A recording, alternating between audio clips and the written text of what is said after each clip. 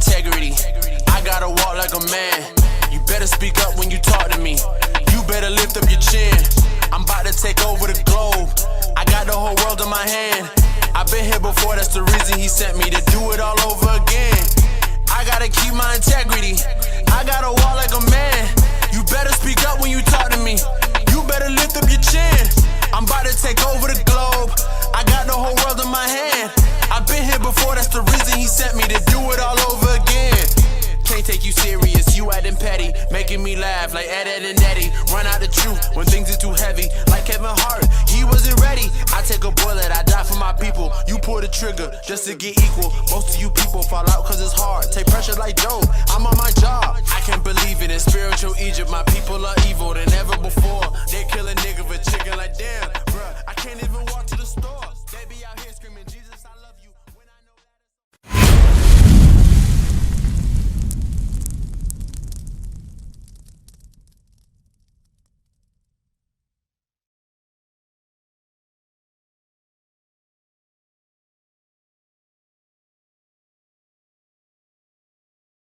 no other king. So this is called the Assyrians, a historical perspective.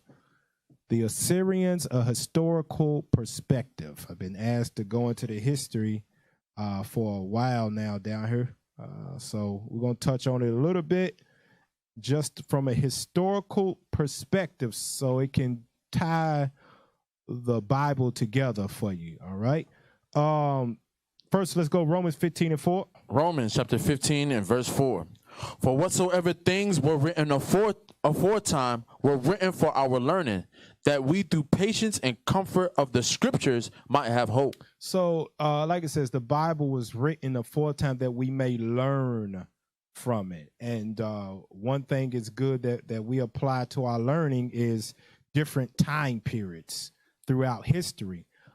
Because we understand the scripture that the world is ours and everything in it. The Lord gave us that as his children. So one thing that we need to add to our learning is different time periods and filter it through the Bible as it relates to us and where we fit into those different time periods. Okay. I got some different reasons of why we got to learn about different time periods and where we fit into, and make sure you write these down. So the first reason is to silence all the naysayers.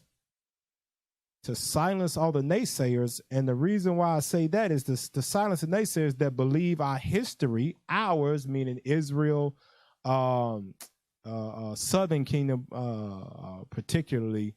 A lot of times we get this, not the Northern Kingdom does. Southern Kingdom gets this, that our history is more than just swinging from a tree, because that's what popular culture or the popular opinion of us is that we was in Africa swinging from a tree, bone in your nose, and the white man came and gave you Negro civilization, and you ought to thank the white man for putting you in slavery and bringing you to America.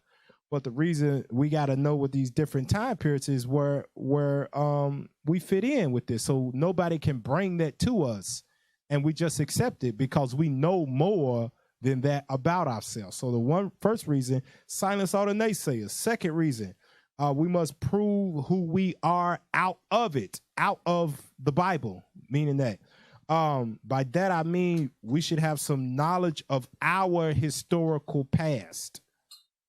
Our own historical past and our dealings with other nations.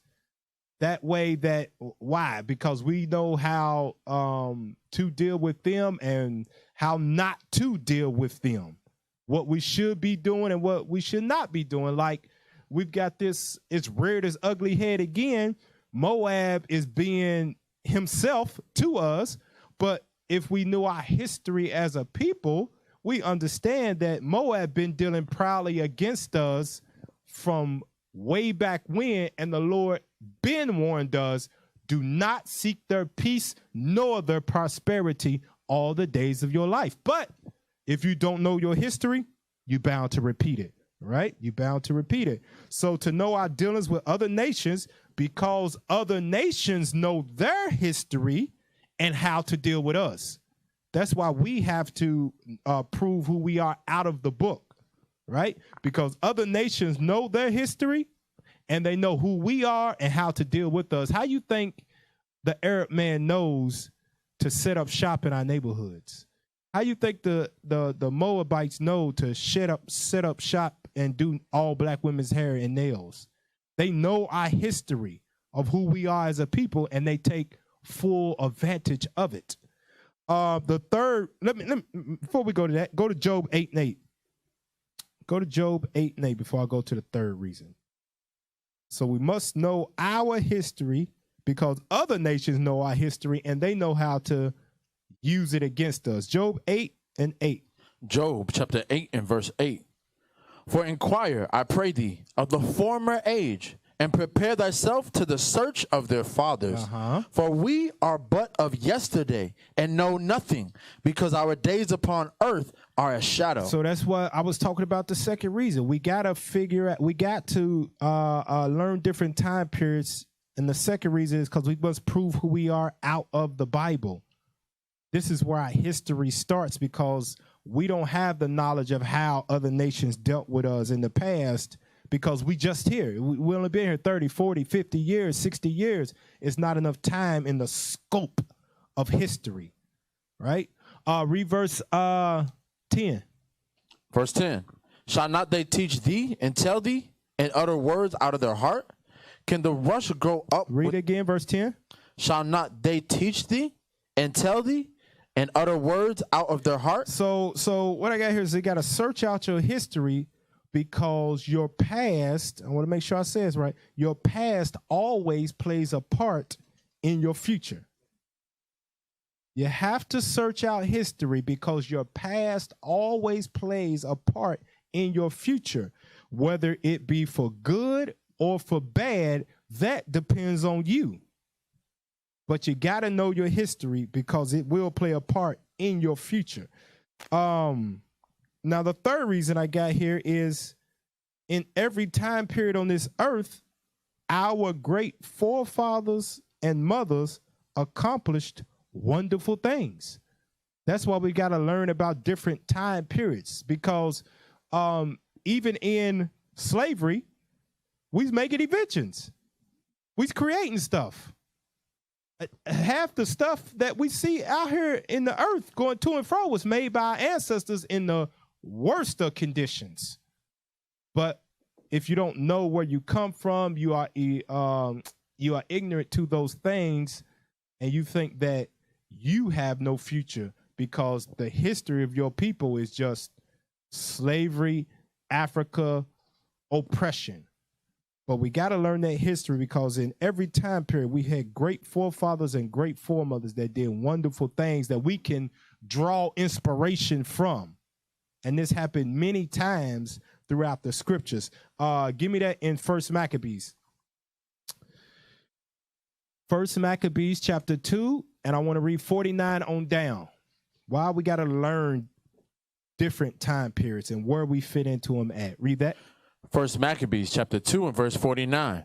Now when the time drew near that Mattathias should die, he said unto his sons, Now hath pride and rebuke gotten strength, and the time of destruction and the wrath of indignation. Now therefore, my sons, be ye zealous for the law, and give your lives for the covenant of your fathers. Call to remembrance. Now, call to remembrance means what? Remember your history. Remember our past as a people. Now look how Mattathias begins to encourage his sons to go on and do greater things based on the past of your people that you have learned that he taught them. Read. Call to remembrance what acts our fathers did in their time. So shall ye receive great honor and an everlasting name. Was not Abraham found faithful in temptation, and it was imputed unto him for righteousness? Joseph, in the time of his distress, kept the commandment and was made Lord of Egypt. Phinehas, our father, in being zealous and fervent, obtained the covenant of an everlasting priesthood. Jesus, for fulfilling the word, was made a judge in Israel. Let's talk about Joshua. Go ahead. Caleb, for bearing witness before the congregation, received the heritage of the land. David, for being merciful, possessed the throne of an everlasting kingdom. Elias, for being zealous and fervent for the law, was taken up into heaven. Ananias, Azarias, and Mishael, by believing, were saved out of the flame. Daniel, for his innocence, was delivered from the mouth of lions. And thus consider ye throughout all ages that none that put the throughout all ages. Consider throughout all history.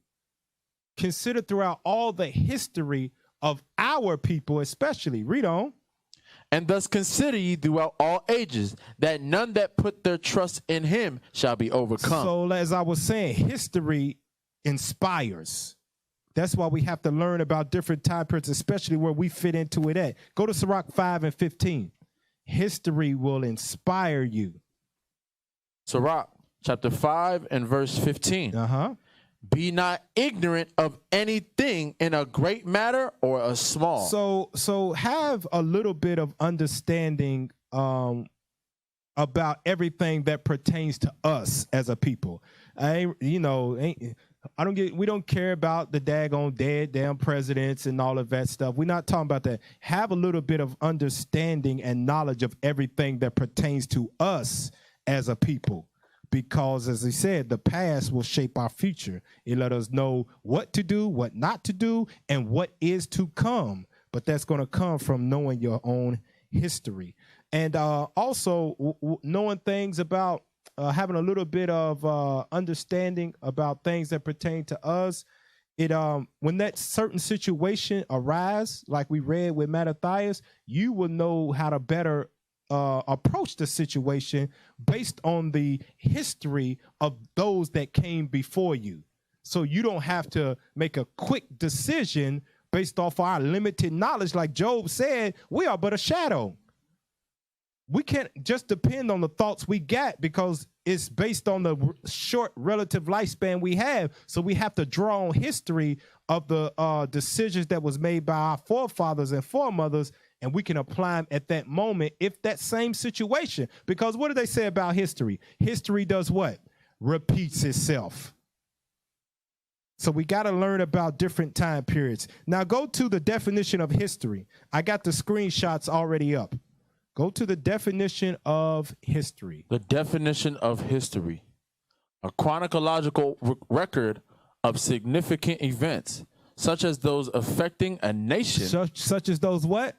Such as those affecting a nation or institution, often including an explanation of their causes. Explanation of their causes. So history in the scope of a nation is very important.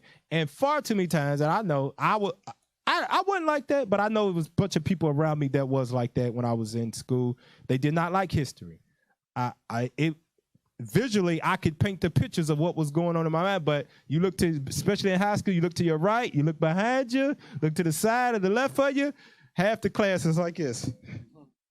Head down.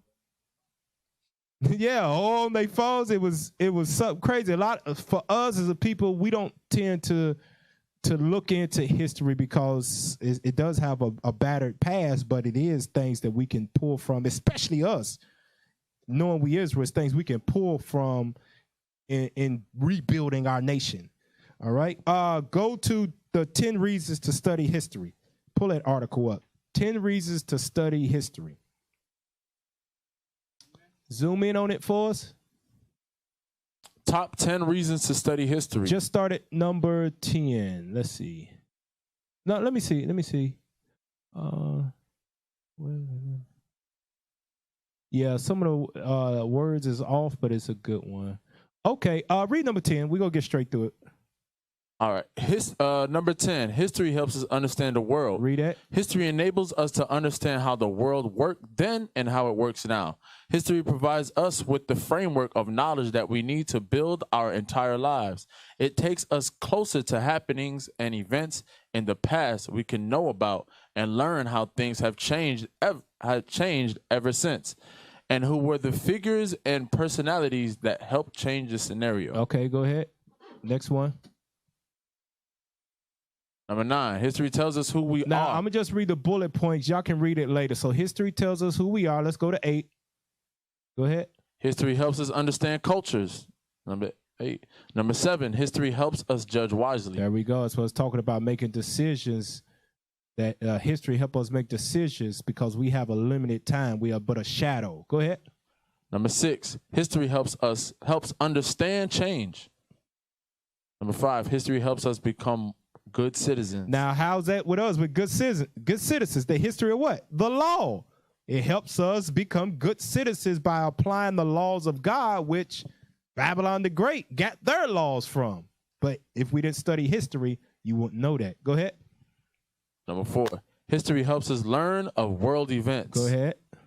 Number 3, history is interesting. Go ahead. Number 2, history makes you a better student. Read that, number 2.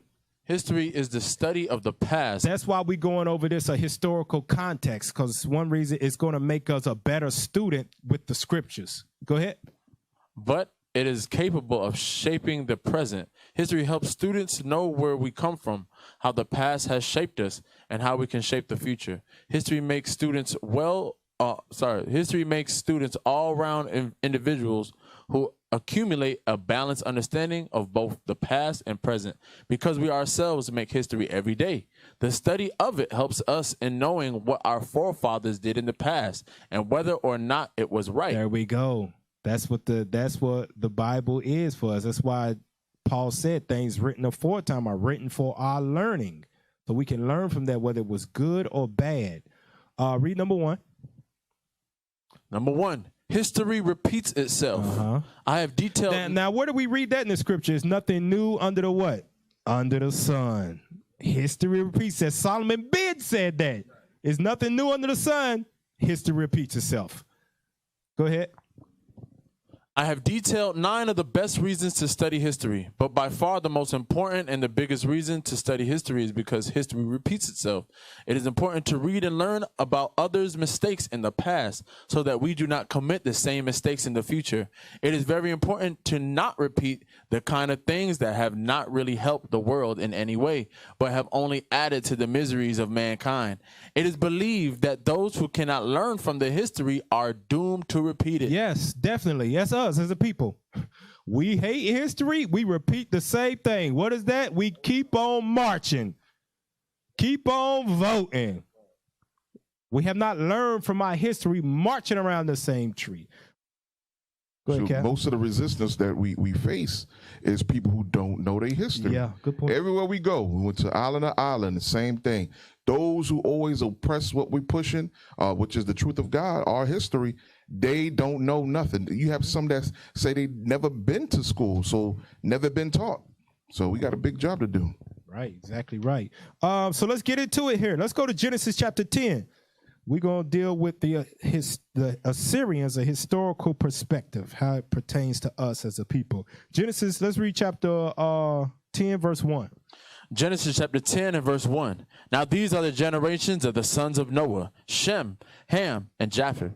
And unto them were sons born after the flood, the sons of Japheth, Gomer, and Magog, and Madai. No, just verse 1. Let's read just 1 again. Let's read it again. Now these are the generations of the sons of Noah, Shem, Ham, and Japheth. And unto them were sons born after the flood. Jump up to verse 21. Verse 21. Unto Shem also, the father of all the children of Eber, the brother of Japheth, the elder, even to him were children born. The children of Shem, Elam, and Asher, and Arphaxad, and Lud, and Aram. Now reading this, we're dealing with the Assyria. Ashur is Assyria. So Ashur are the Assyrians, because we're just dealing with them. So Ashur is the Assyrians. Is that all I got on that?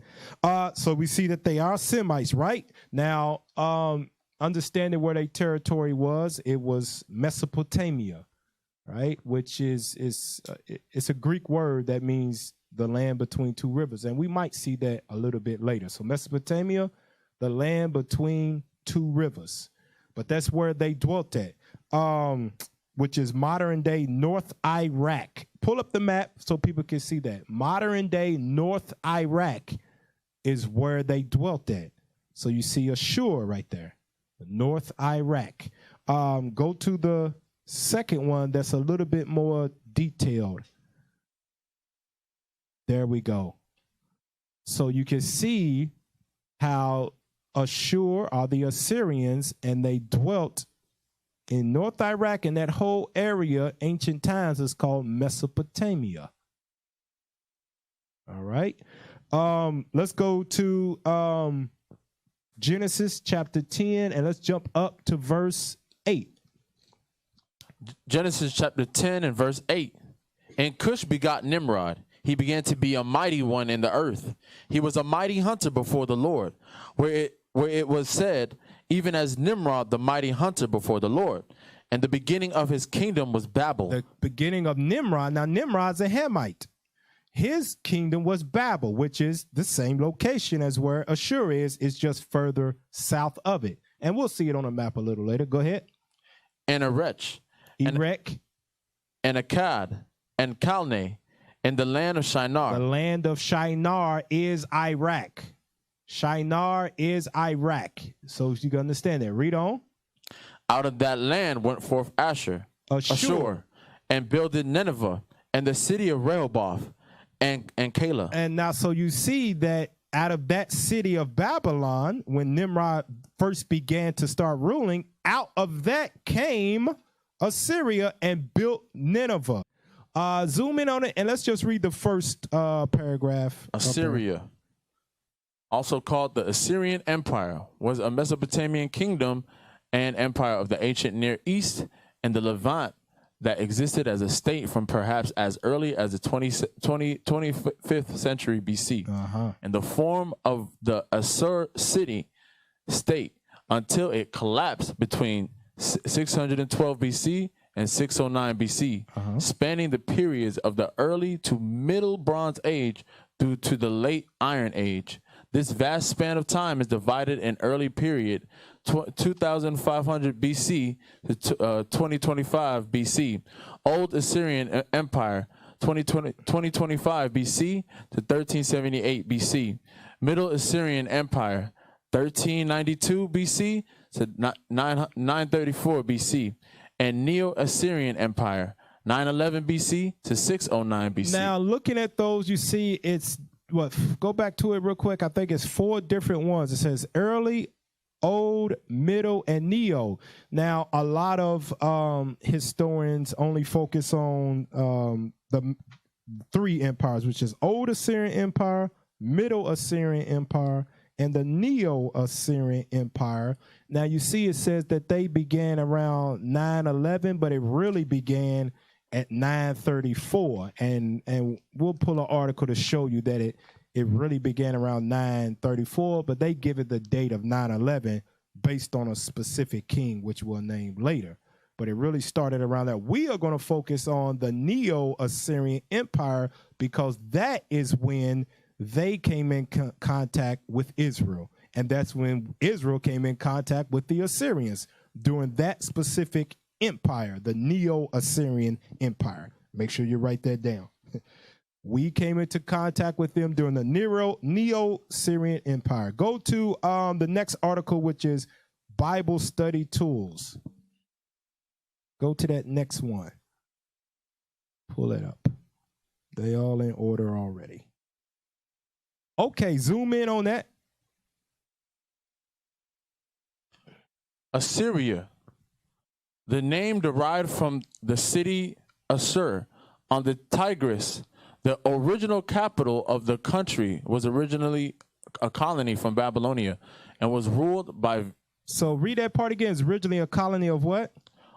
Was originally a colony from Babylonia. Now, we read that where out of Babylon came Ashur, and they went and built Nineveh. So they was together, and then they split off to build their own country, right? And their own capital. Read on.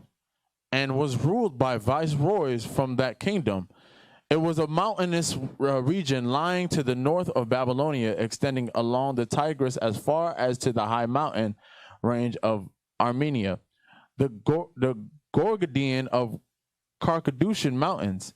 It was founded in BC 1700 under Capacu, and became an independent and a conquering power, and shook off the yoke of its Babylonian masters.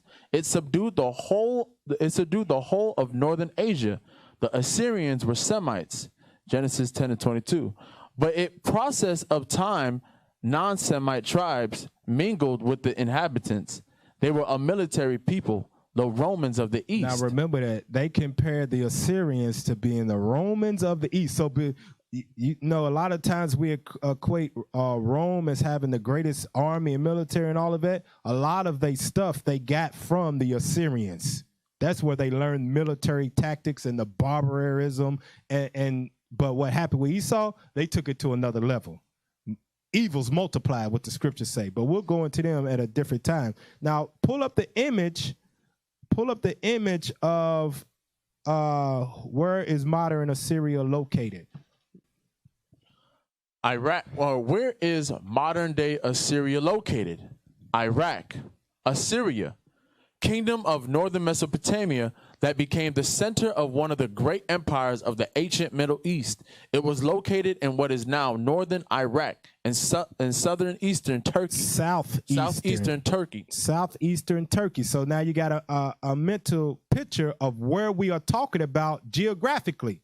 North Iraq. So we just, you know, when a lot of times we mention names and a lot of people don't have that geographical map in their mind. Now you know, North Iraq. Show what the people look like so we can know who we talking about here too. We can put a face with the scriptures that we're going to go over today.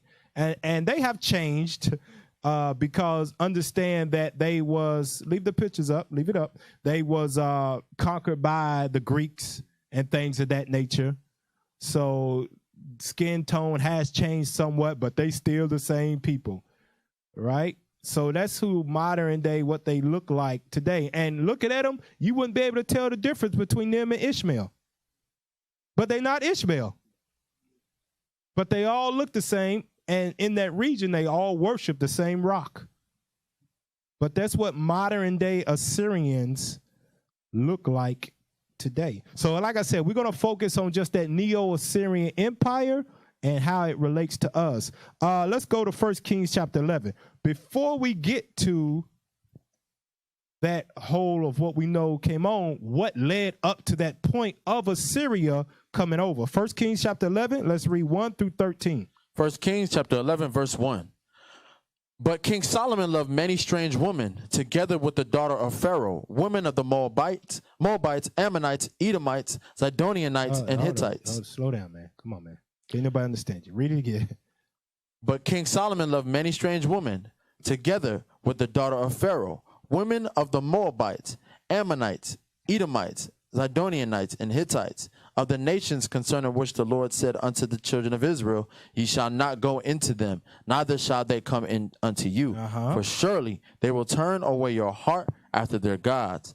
Solomon clave unto these in love, and he had 700 wives, princesses, and 300 concubines. So we reading what leading up to this. You see what's going on. Go ahead. And his wives turned away his heart. For it came to pass when Solomon was old that his wives turned away his heart after other gods, and his heart was not perfect with the Lord his God, as was the heart of David his father. For Solomon went after Ashtaroth, the goddess of the Zidonians, and after Milcom, the abomination of the Ammonites.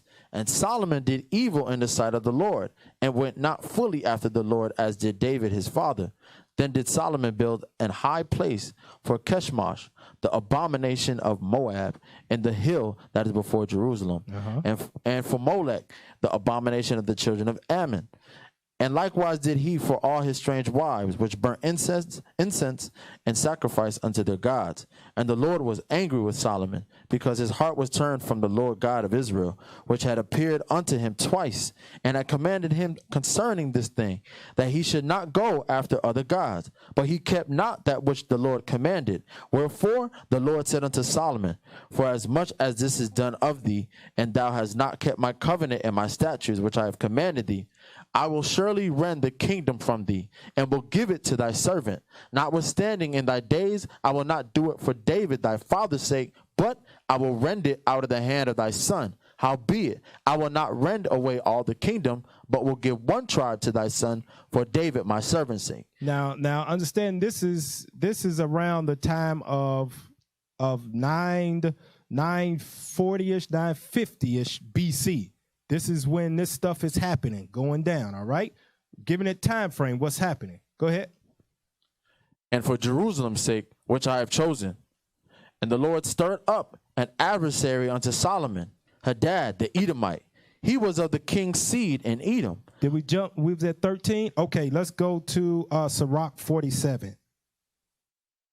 Sirach 47, and let's read 13 through 21. Sirach chapter 47 and verse 13. Solomon reigned in a peaceable time and was honored, for God made all quiet round about him, that he might build an house in his name and prepare his sanctuary forever. How wise was so that? 970 is the exact date that we got. 970. Go ahead. How wise is when he started to rule. But this time that we see this is coming about, this is around the 940ish type time, 950ish. Go ahead. How wise was thou in thy youth, and as a flood filled with understanding. Thy soul covered the whole earth, and thou filledest it with dark parables. Go ahead. Thy name went far unto the islands, and for thy peace thou was beloved. What verse you at? Verse 16. Okay. And countries marveled at thee for thy songs and proverbs and parables and interpretations by the name of the Lord God, which is called the Lord God of Israel. Thou didst gather gold as tin and didst multiply silver as lead. Thou didst bow thy loins unto women, and by thy body thou was brought into subjection. There we go. So that's Solomon's sin. He bowed his loins unto women. Read on. Is that verse down to verse 21? No, sir. Go ahead. Thou didst stain thy honor and pollute thy seed, so that thou broughtest wrath upon thy children, and was grieved for thy folly. So the kingdom was divided, and out of Ephraim ruled a rebellious kingdom. Read that part again. So the kingdom was divided, and out of Ephraim ruled a rebellious kingdom. Out of Ephraim ruled a rebellious king. So we see that we reading about what's about to take place and how Northern Kingdom went off into what they did, right? To cause the Assyrians to be lifted up. Let's go back to 1 Kings 11. Now let's read verse 26 on down. 1 Kings chapter 11 and verse 26. And Jeroboam, the son of Nebat, the Ephraite of Zerudah, Solomon's servant, whose mother's name was Zeruah, a widow woman, even he lifted up his hand against the king. And this was the cause that he lifted up his hand against the king.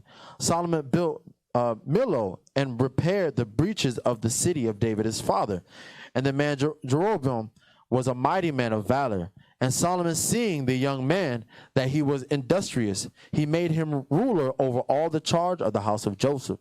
And it came to pass at that time when Jeroboam went out of Jerusalem that the prophet Ahijah the Shilonite found him in the way, and he had clad himself with a new garment, and they two were alone in the field. And Ahijah caught the new garment that was on him and rent it in 12 pieces.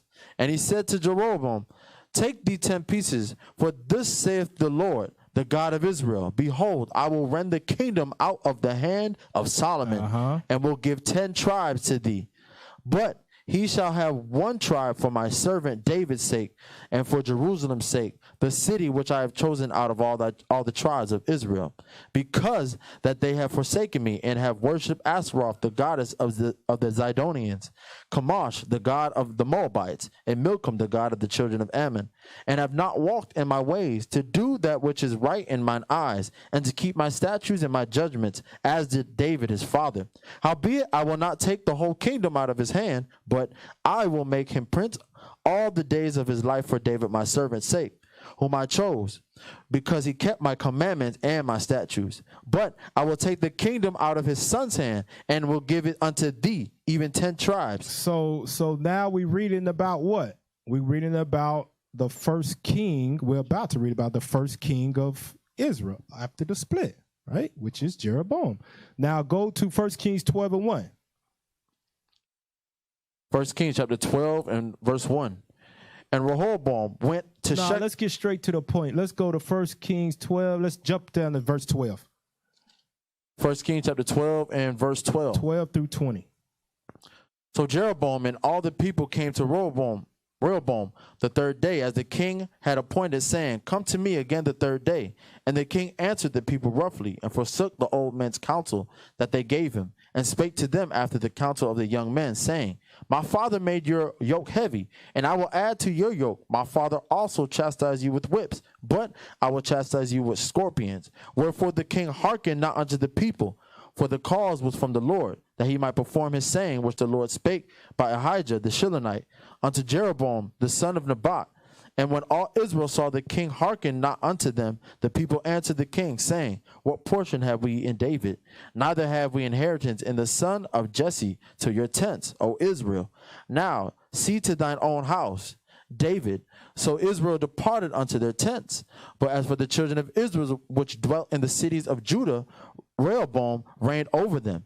Then King Rehoboam... That would be Simeon. Simeon's land was in the land of Judah. Go ahead. Then King Rehoboam sent Adoram,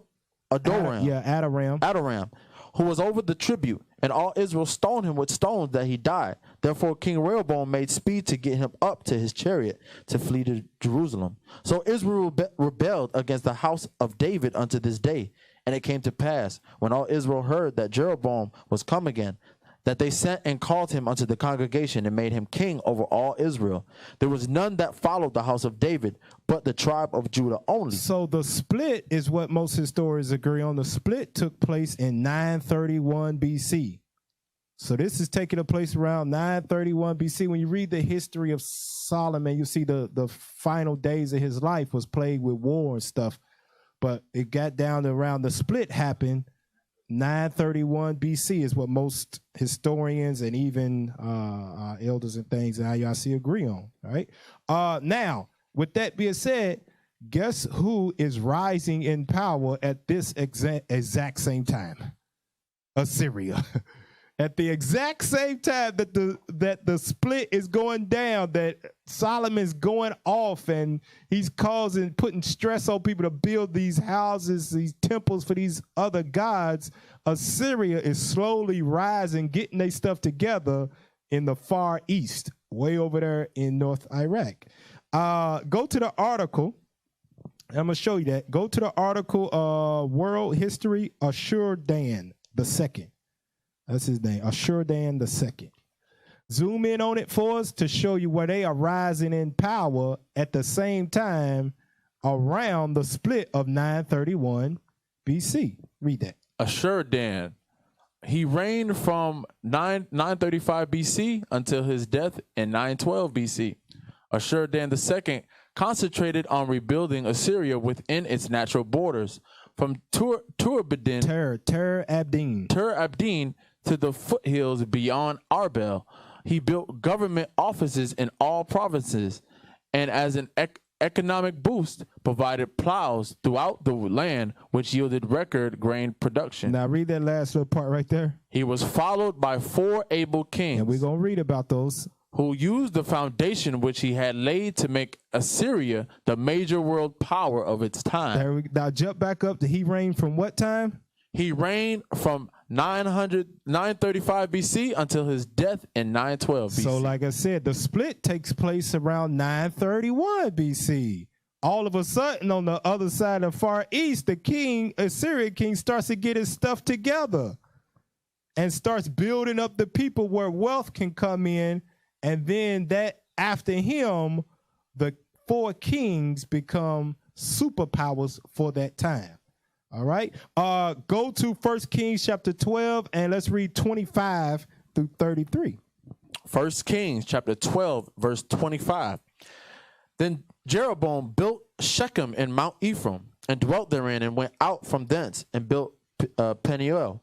And Jeroboam said in his heart, Now shall the kingdom return to the... Now listen to the wicked mind of Jeroboam. This is the wicked mind of Jeroboam, the first king of Israel. Go ahead. And Jeroboam said in his heart, Now shall the kingdom return to the house of David.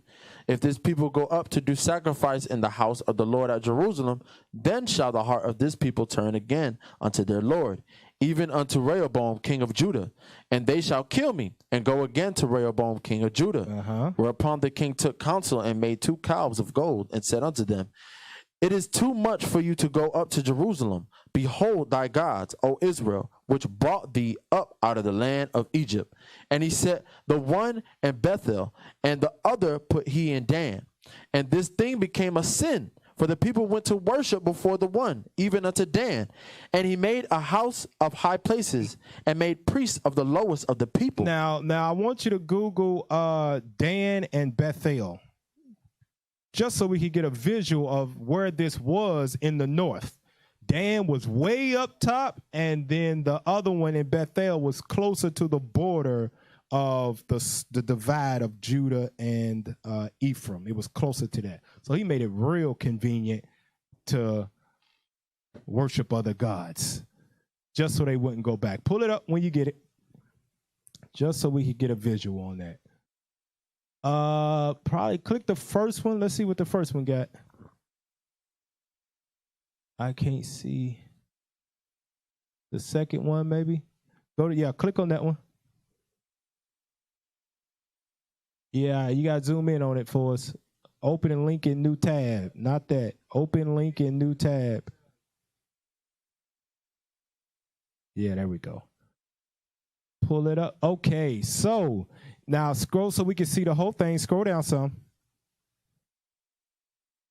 Go down some. Go down. Go down. So you see where Judah is, like we said. You see Bethel.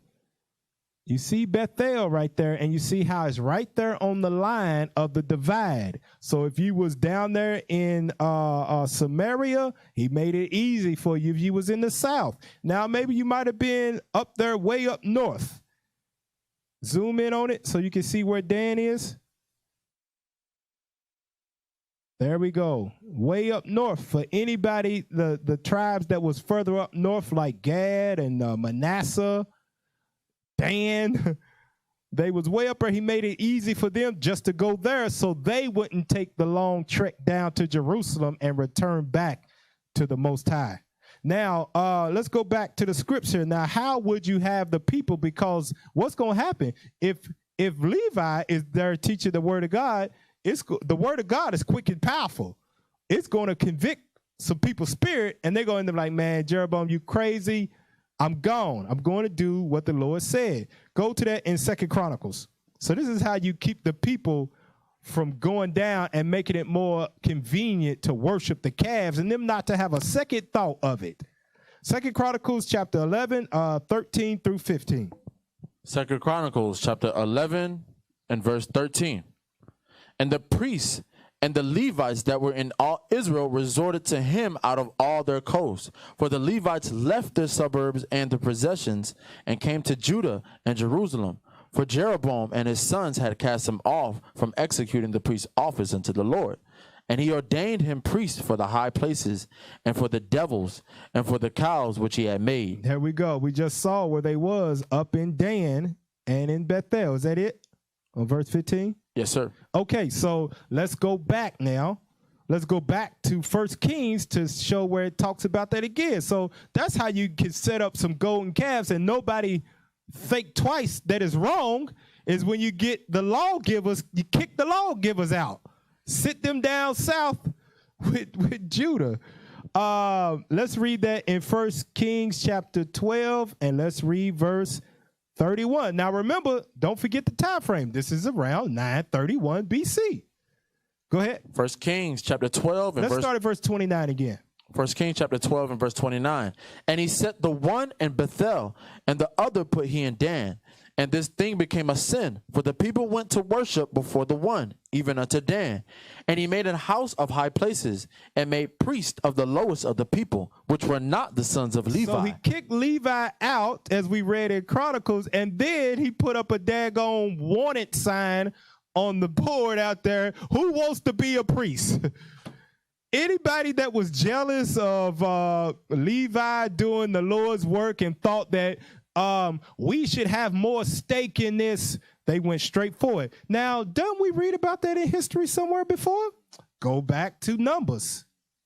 They was waiting on that thing to happen. Numbers chapter 16, and let's read verse 1. Numbers chapter 16 and verse 1. Now Korah, the son of Izhar, the son of Kohath, the son of Levi, and Dathan and Abiram, the sons of Eliab and On, the son of Peleth, sons of Reuben. Sons of who? Sons of Reuben.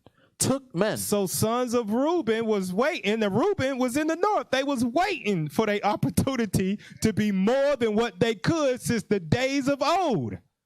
And as soon as the wickedness went down, Jeroboam made it easy for them. The wanted sign went up for priests. Here they come. Let's go to 1 Kings. Let's read 12 and 31 again. Let's read 1 it. Kings chapter 12 and verse 31. And he made an house of high places, and made priests of the lowest of the people, which were not of the sons of Levi. The lowest of the people, meaning that they was not well studied in the law of God.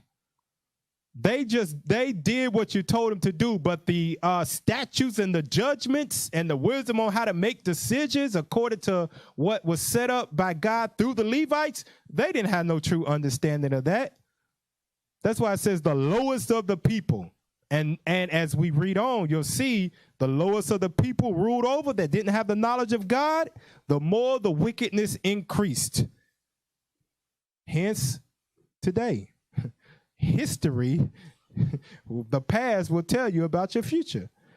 Read verse 32. And Jeroboam ordained a feast in the 8th month, on the 15th day of the month, like unto the feast that is in Judah. And he offered upon the altar. So did he in Bethel. Now, the closest thing to that is what? We got tabernacles in the 7th month, right? You got tabernacles in the 7th month, and that was one of the days that you had to go where? To the land of Judah. Jeroboam, in his wicked mind, he said, you know what? I'm going to make something just like that. He made up his own feast day of the Lord. Nowhere in Leviticus 23, he made up his own. As soon as he put Levi out, I got something for you right here to make it easy to keep on sinning. Read on. So did he in Bethel, sacrificing unto the calves that he had made. And he placed in Bethel the priest of the high places which he had made. So he offered upon the altar which he had made in Bethel the 15th day of the 8th month, even in the month which he had devised of his own heart, and ordained a feast unto the children of Israel.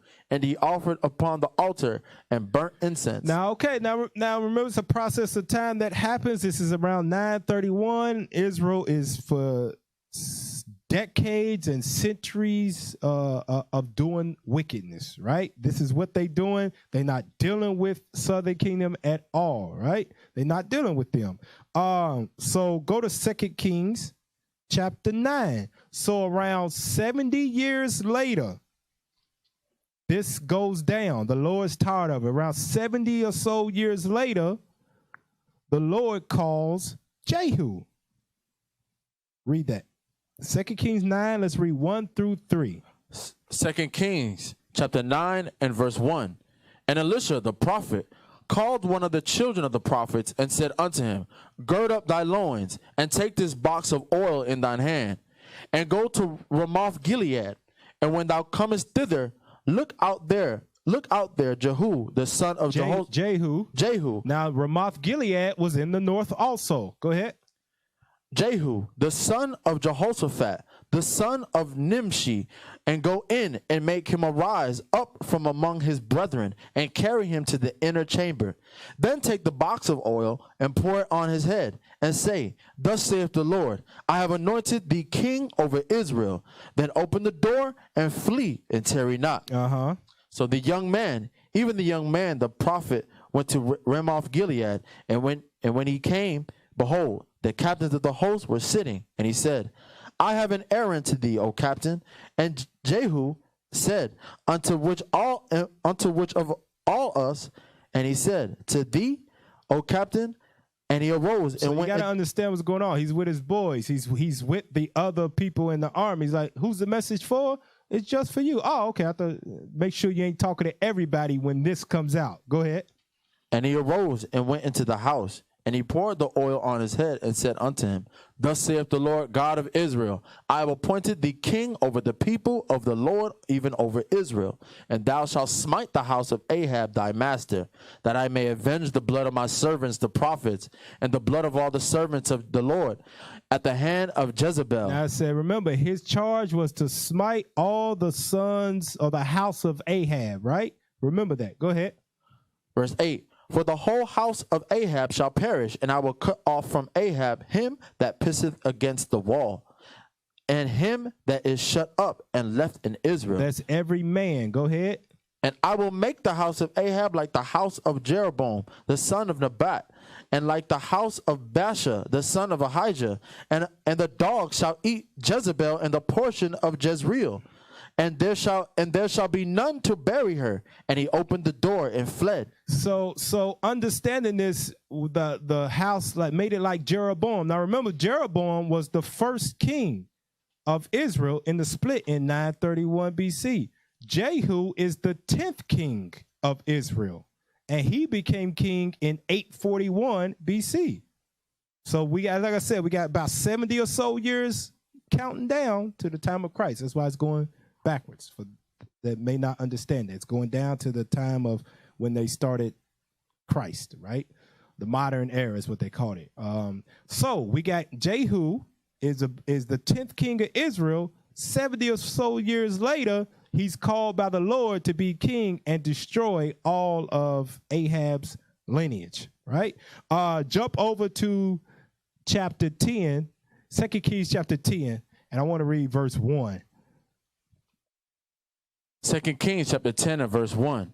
And Ahab had 70 sons. He had how many kids? 70 sons. Guys, he had 70 of them.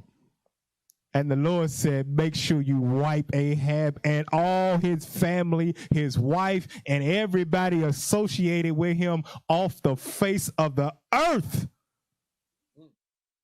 For following the wickedness of that woman, and you been a weak man, the Lord don't play, man. And let's see what Jehu did. Read on. And Ahab had 70 sons in Samaria. And Jehu wrote letters and sent to Samaria unto the rulers of Jezreel, to the elders, and to them that brought up Ahab's children, saying, Now as soon as this letter cometh to you, seeing your master's sons are with you, and there are with you chariots and horses, a fenced city also in armor, look even out the best and the meetest of your master's sons, and set him on his father's throne. So whoever looks like they are the most equipped and the best qualifications, Ahab is dead. Make them king. This is Jehu. I like Jehu was very slick. Jehu was very slick. He look you right in the face to make you believe something. He's really setting you up. And this is what he's doing. He said, whichever one of them looks like they go be kings, they got the best qualifications, make him the king in place of his father. Read on. And fight for your master's house. But they were exceedingly afraid and said, Behold, 2 kings stood not before him. How then shall we stand? And he that was over the house, and he that was over the city, the elders also, and the bringers up of the children, sent to Jehu, saying, We are thy servants, and will do all that thou shalt bid us. We will not make any king. Do thou that which is good in thine eyes. Now, start right there and say he slew 2 kings. Just to let you know the 2 kings he slew. Jump back over 1 chapter and let's read 2 Kings chapter 9 and let's read verse 23 on down. 2 Kings chapter 9 and verse 23. And Joram turned his hand and fled and said to Ahaziah, There is treachery, O Ahaziah. And Jehu drew a bow with his full strength, and smote Jeroham between his arms, and the arrow went out at his heart, and he sunk down in his chariot. So he killed Joram, which was the king of Israel at that time, right? He drew his bow and struck him through the heart, right? Read on. Then said Jehu to Bidkar, his captain, Take up and cast him in the portion of the field of Naboth the Jezreelite. For remember how that when I had thou rode together after Ahab his father, the Lord laid this burden upon So him. he said, take his body and throw it in the field that his father stole. He struck him through the heart to throw his body in the field. Since his daddy wanted it so much, throw his body in the field. Jehu's crazy, man. Read on. Verse 26. Surely I have seen yesterday the blood of Naboth and the blood of his sons, saith the Lord, and I will requite thee in this plight, saith the Lord. Now therefore take and cast him into the plat of ground, according to the word of the Lord. Now here's the second king he killed for being in cahoots with him, in agreement with wickedness. Read 27. But when Ahaziah, the king of Judah, saw this, he fled by the way of the garden house. Because Ahaziah is going to visit Joram up in Israel. Now remember, this is 70 or so years later. There ain't no dealing with each other. They up here worshiping calves. Remember, God had told already, don't deal with that. He said, Ephraim joined the idols. Let them alone.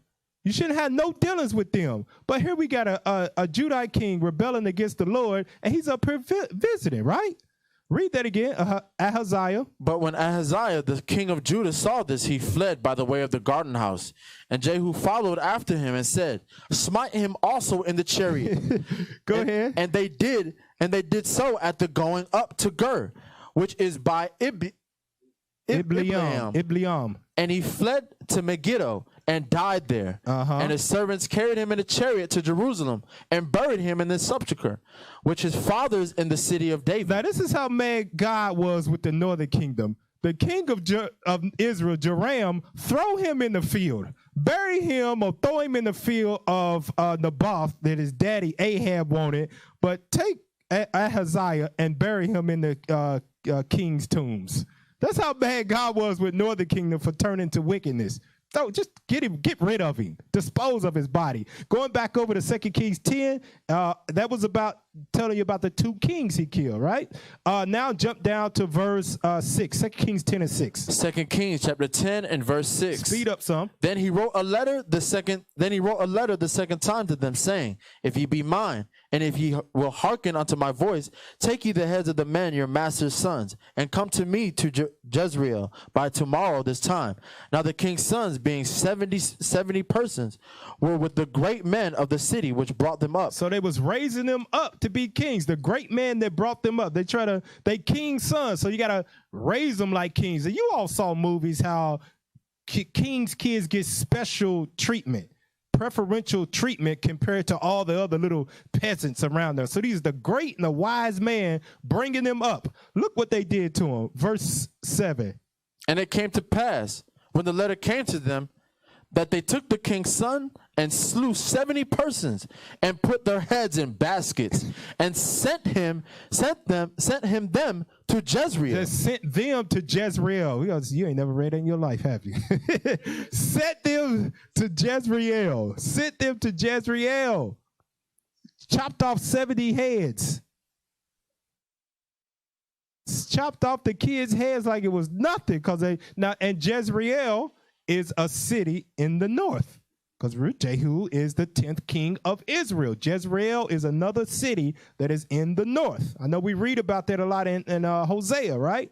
But Jezreel is a city in the north. Chopped off 70 heads, sent them in a basket to Jehu. Let's see. Okay, time constraints. We'll move on. So Jehu is, remember, this is around 841, 70-something years later.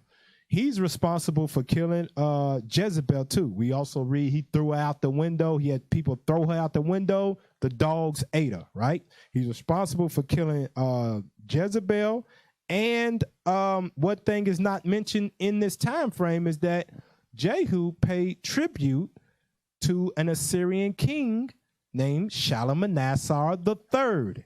You want to write that down. Shalmaneser III. Shalmaneser spelled Shalmaneser.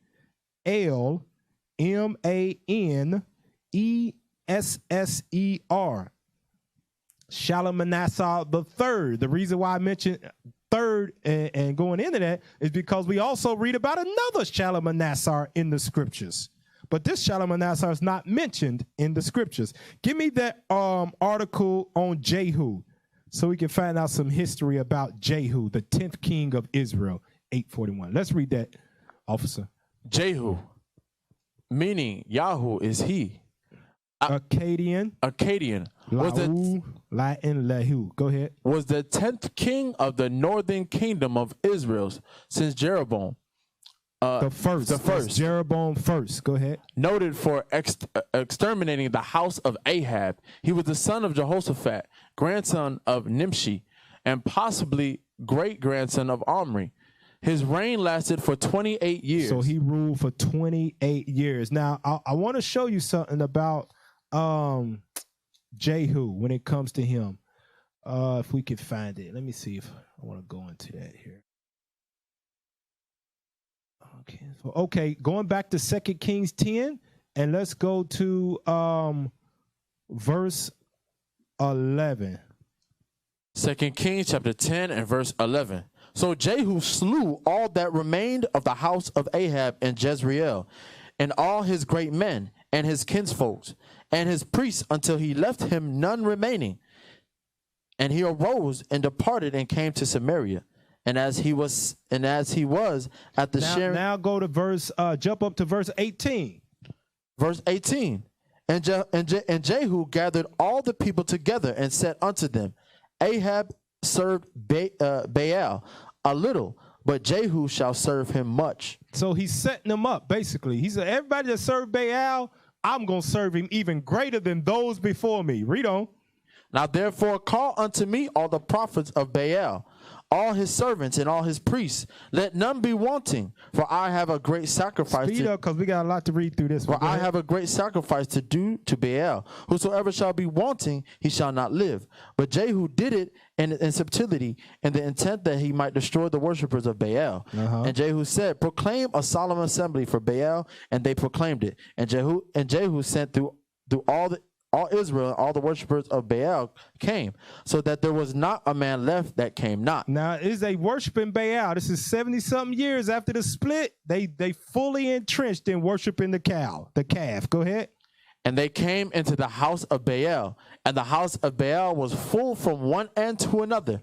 And he said unto him, it was deep in there. Go ahead. And he said unto him that was over the vestry, bring forth vestments for all the worshippers of Baal. And he brought them forth vestments. So he went and got them something to drink. Go ahead. Something to eat. Make them comfortable. Go ahead. And Jehu went and Jehonadab, the son of Rechab, into the house of Baal, and said unto the worshippers of Baal, search and look that there be here with you none of the servants of the Lord, but the worshippers of Baal only. Jehu he's very subtle of setting people up, man. Make sure ain't nobody that worship the Lord around here. I don't want none of them amongst us as we get down with this golden calf. Y'all know how we rise up to play, we party, and we dance around the thing. Y'all know how we get down. Make sure ain't none of them in here, because they're going to tell us we doing wrong. Go ahead. And when they went in to offer sacrifices and burnt offerings, Jehu appointed 80 men without. And 80 people to stand outside. Go ahead. And said, if any of the men whom I have brought into your hands escape, he that letteth him go, his life shall be for the life of him. He said, if anybody get out through this place, I'm going to kill you. Your life on the line. Your head's on the chopping block. Go ahead. And it came to pass, as soon as he had made an end of offering the burnt offering, that Jehu said to the guard and to the captains, go in and slay them. Let none come forth. And they smote them with the edge of the sword. And the guard and the captains cast them out, and went to the city of the house of Baal. Now, he's doing exactly what the Lord commissioned him to do. Knock off Ahab, all of his kids, and everybody that followed Baal, right? Up in Northern Kingdom. Jump up to verse 29. That's what I read this. This don't make no sense. This is crazy. Read verse 29. Verse 29. Howbeit from the sins of Jeroboam, the son of Nebat. Now, we know what the sins of Jeroboam was. What did he set up? The golden calf in Dan and Bethel, right? Up north and close to the border, down there by Judah in the land of Samaria. He left not off from that. Read on. Who made Israel to sin. Jehu departed not from after them to wit the golden calves that were in Bethel and that were in Dan. And the Lord said unto Jehu, because thou hast done well in executing that which is right in my eyes, and hast done unto the house of Ahab according to all that was in my heart, thy children of the fourth generation shall sit on the throne of Israel. So because you followed that order that I gave you, your kids will reign for at least 4 generations. Read the next part.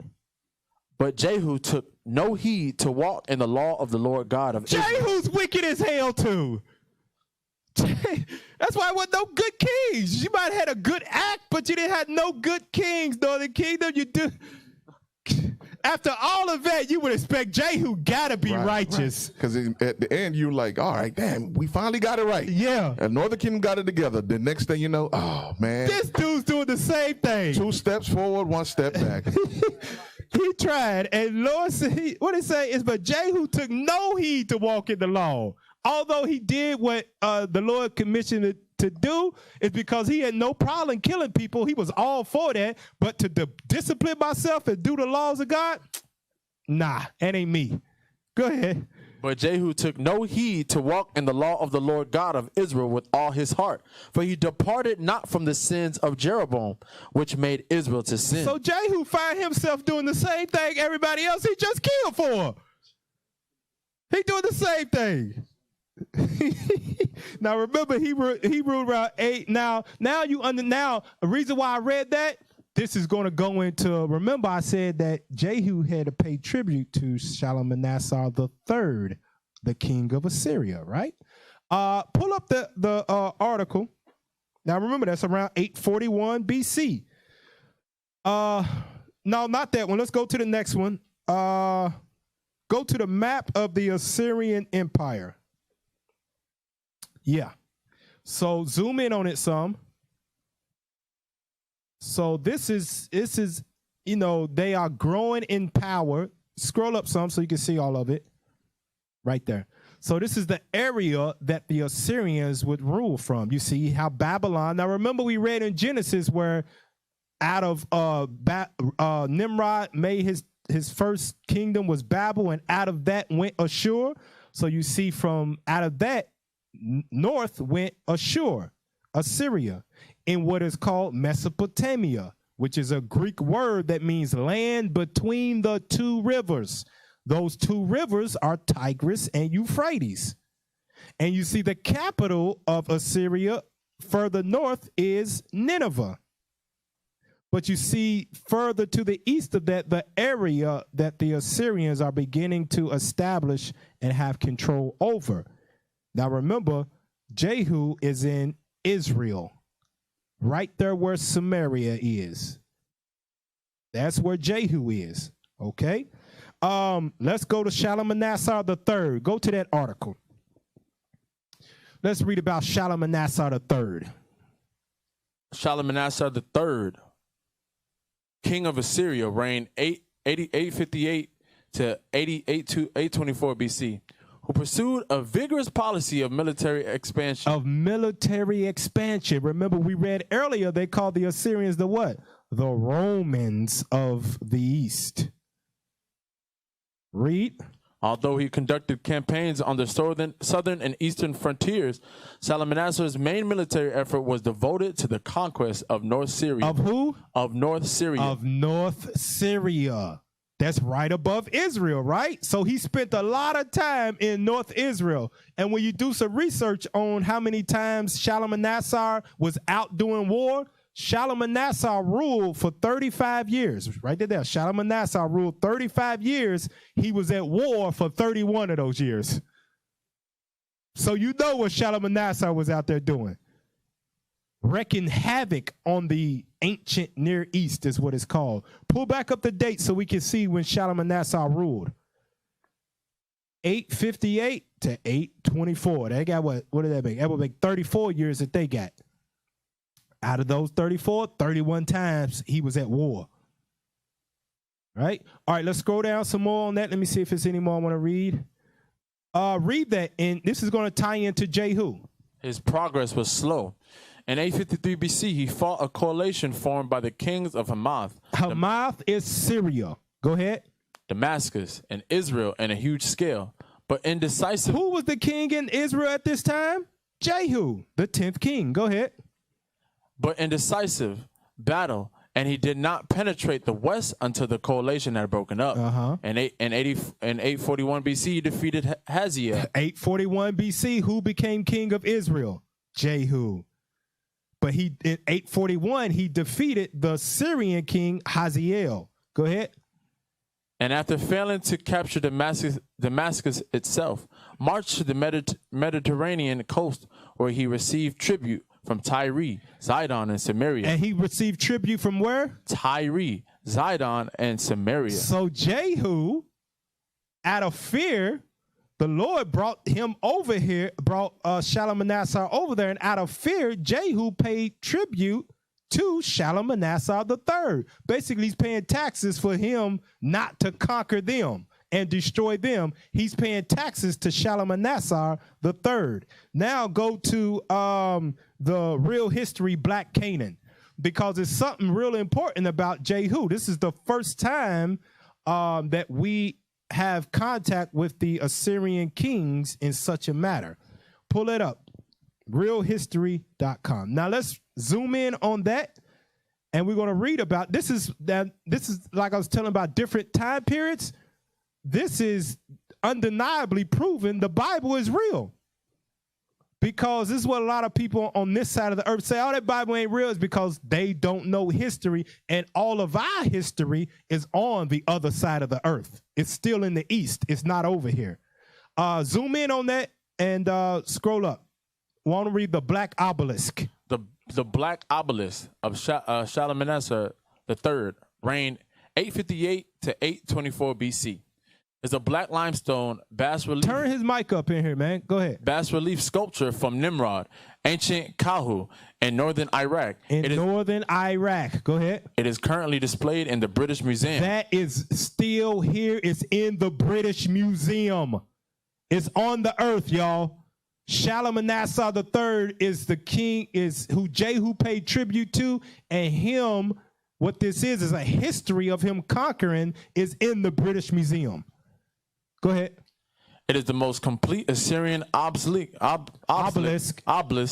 yet discovered, and is historically significant because it displays the earliest ancient depiction of an Israelite. It's the earliest ancient depiction of an Israelite. Read on. It was erected in Assyria as a public monument in 825 BC, which was during a time of civil war. The obelisk was discovered by archaeologist Sir Henry Layard in 1846. The obelisk features 20 reliefs, 5 on each side. Scroll down. They depict 5 different subdued kings, bringing tribute and prostrating before the Assyrian king Shalmaneser III. Shalmaneser III. Make sure I get it right. That's around what? This is around 841 BC. Scroll down. Let's see the pictures. Let's see. Keep going. So this is that's a stone image that they drew out, or they carved out, of Shalmaneser III. Go ahead. Scroll down some so you see it right there. Now, scroll up some. You see, read the top part of that. It says the following 4 pictures. Read that. The following 4 pictures are of the Israelites, part of the Black Obelisk. So you see that is kissing the feet of the king of Assyria. They say that is Jehu. There's Jehu right there. This is zoomed in pictures of what on the Black Obelisk that they talking about that's in the British Museum. Scroll down. Read the bottom of that, the bottom part of it. King Jehu of Israel leads a procession bringing tribute to Assyrian king Shalmaneser, 853 BC. Scroll down some more. No, let's see the picture. Let's see the picture. There we go. Zoomed in a little bit more clearer. Right? They got a different date for it, but we got through other multiple sources is 841. So you can see that, remember in Ezekiel, it talks about that our style was envied by the other nations. So a lot of times you're going to see images of us coming in contact with these people, and they look like they got on the same clothing of us because they envied our renown went forth among the heathen. And Bishop did a class about ancient Assyria being America at the same time. You see the eagle at the top. And we've zoomed in on that before. Go ahead, Cap. Because when you remember the time period before, you had Solomon doing what? Ruling the earth. So what else the nations was doing? They was coming to him. They was trying to mimic his wisdom. Right. So of course his fashion, which is the Israelite fashion, of course it was going to be adopted by the other nations. Yep, exactly right. Scroll down. Keep going. So you see, this is more of they're bringing stuff to him, to the Shalmaneser. Go ahead. Read that bottom part. King Jehu of Israel leads procession bringing tribute to Assyrian King Shalmaneser. Scroll down some more. There's more. They got it hunked on the shoulders, on their back, all of that. Go ahead. Read that. King Jehu, and meanwhile, or King Jehu. King Jehu of Israel leads Okay, so it says the same thing. Scroll down. Let me see. If start right there. Go back up. All right. Okay, we'll get to that later. Okay, let's go to the image that I got of the black obelisk so you can see what it looks like. So the black obelisk is 6.5 feet tall. So it's 6'5". That's how tall it is from top to bottom, sitting in the British Museum. What they have done with this one thing, they made replicas of it and have sent it to other museums that are scattered out. And we all know Israel don't go to museums.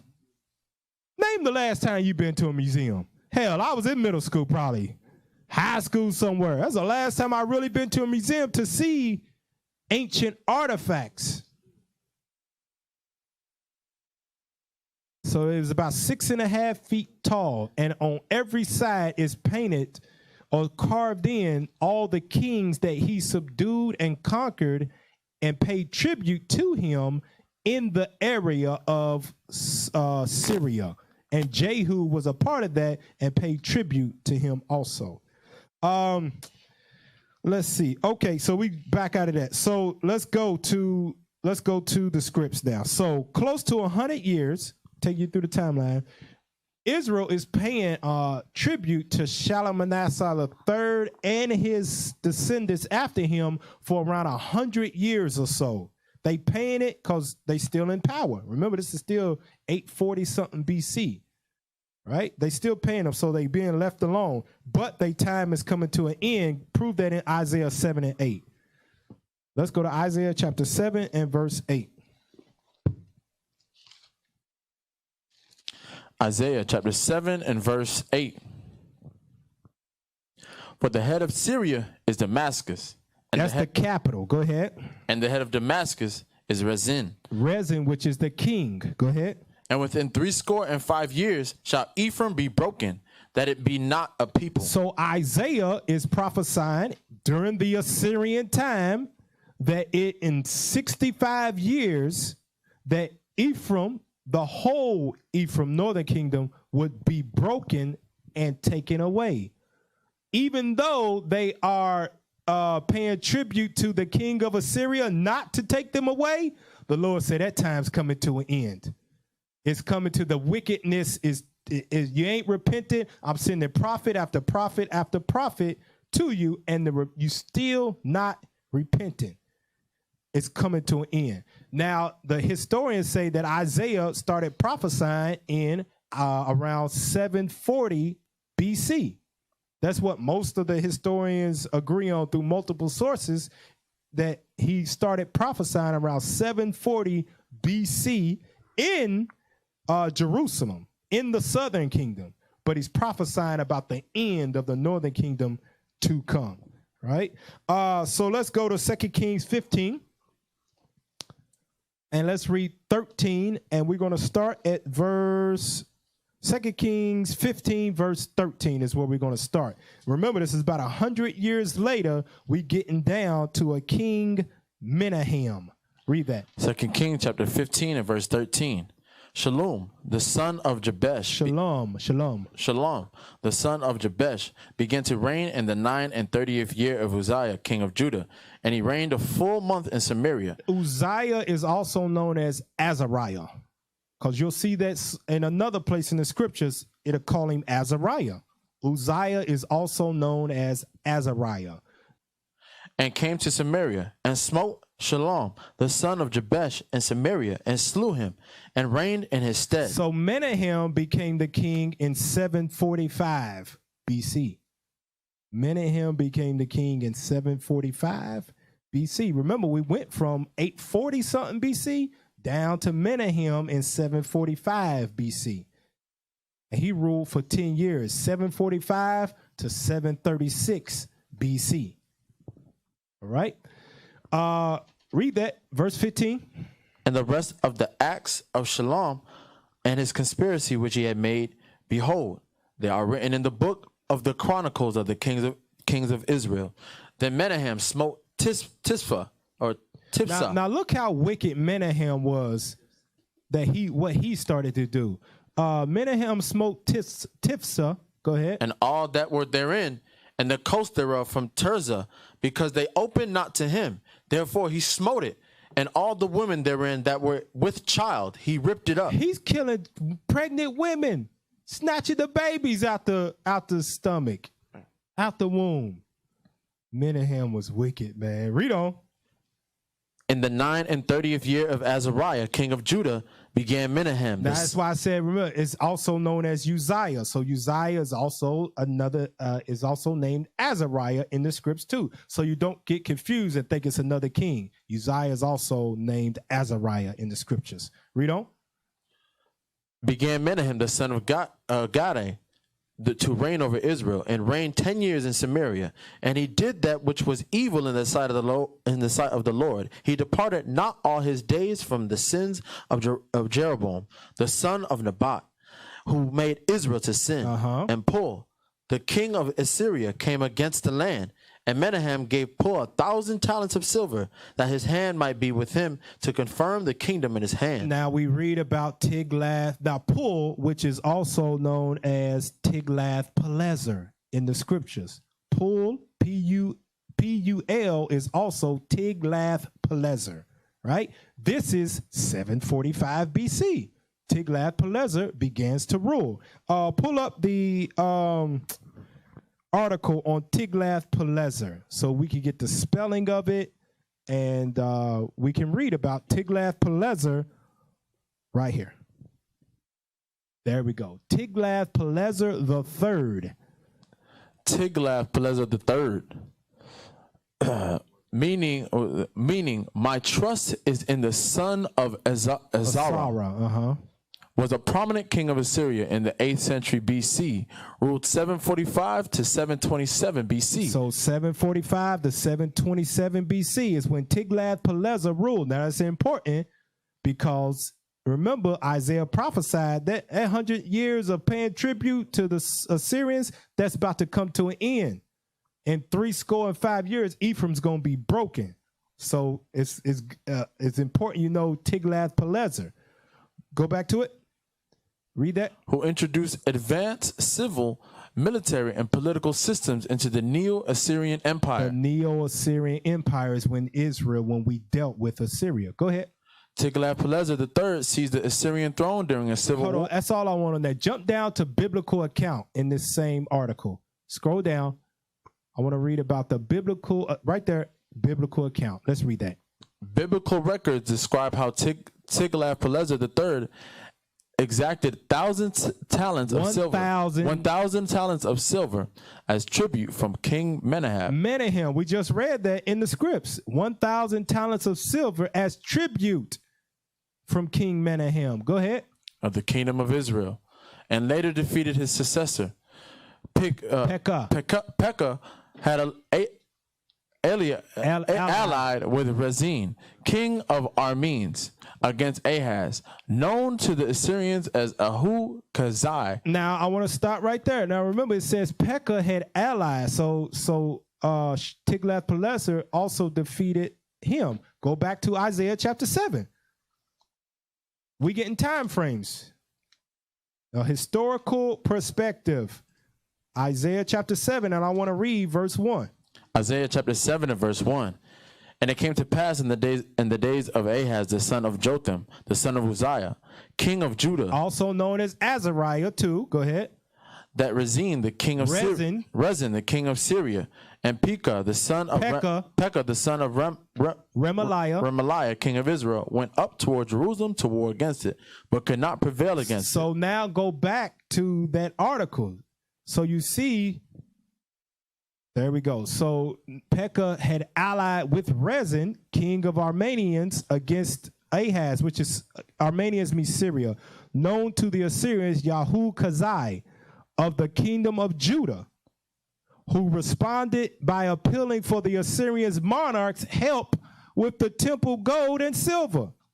So the king of Judah so when we read in the scriptures about, let's go back to Isaiah. I don't, so we can see what played out in history of what is in prophecy. Isaiah chapter 7, and I want to read jump straight to, read verse 2 on down, read it quick. Isaiah chapter 7 and verse 2. And it was told the house of David, saying, Syria is confederate with Ephraim, and his heart was moved. Relax. You might want to highlight this stuff. You ain't never read it before. Go ahead, man. Syria is confederate with Ephraim, and his heart was moved. Naked Bible. Go ahead. And his heart was moved. So he was afraid. Go ahead.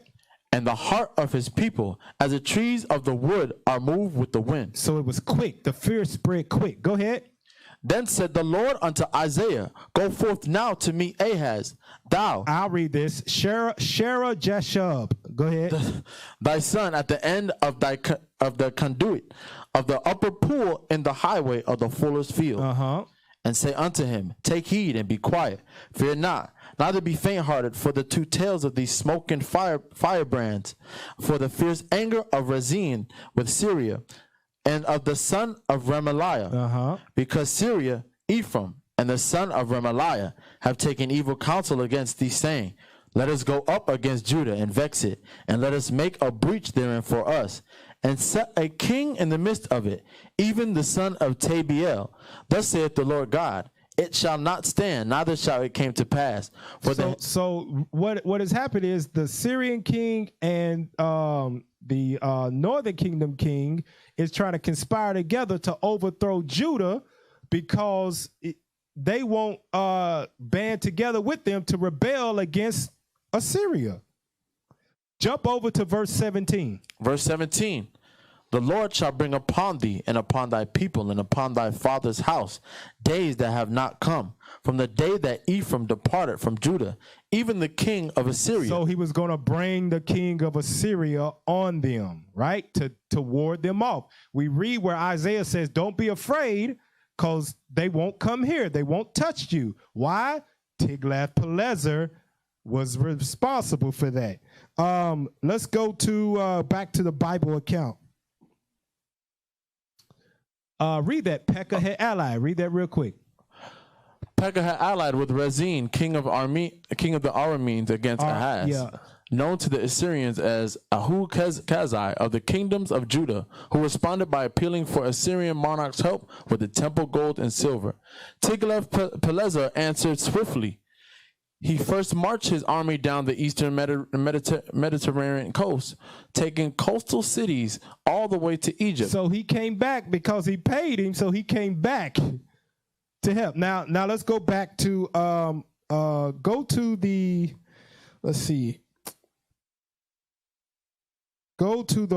first deportation map.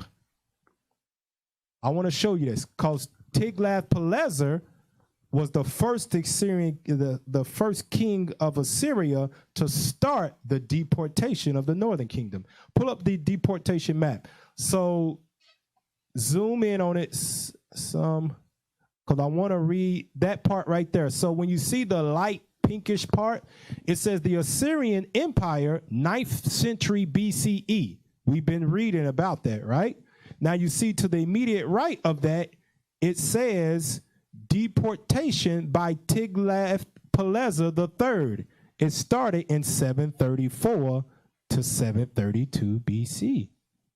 Now, we're going to read about it, but you see the green square down there. It says area conquered by Tiglath-Pileser III.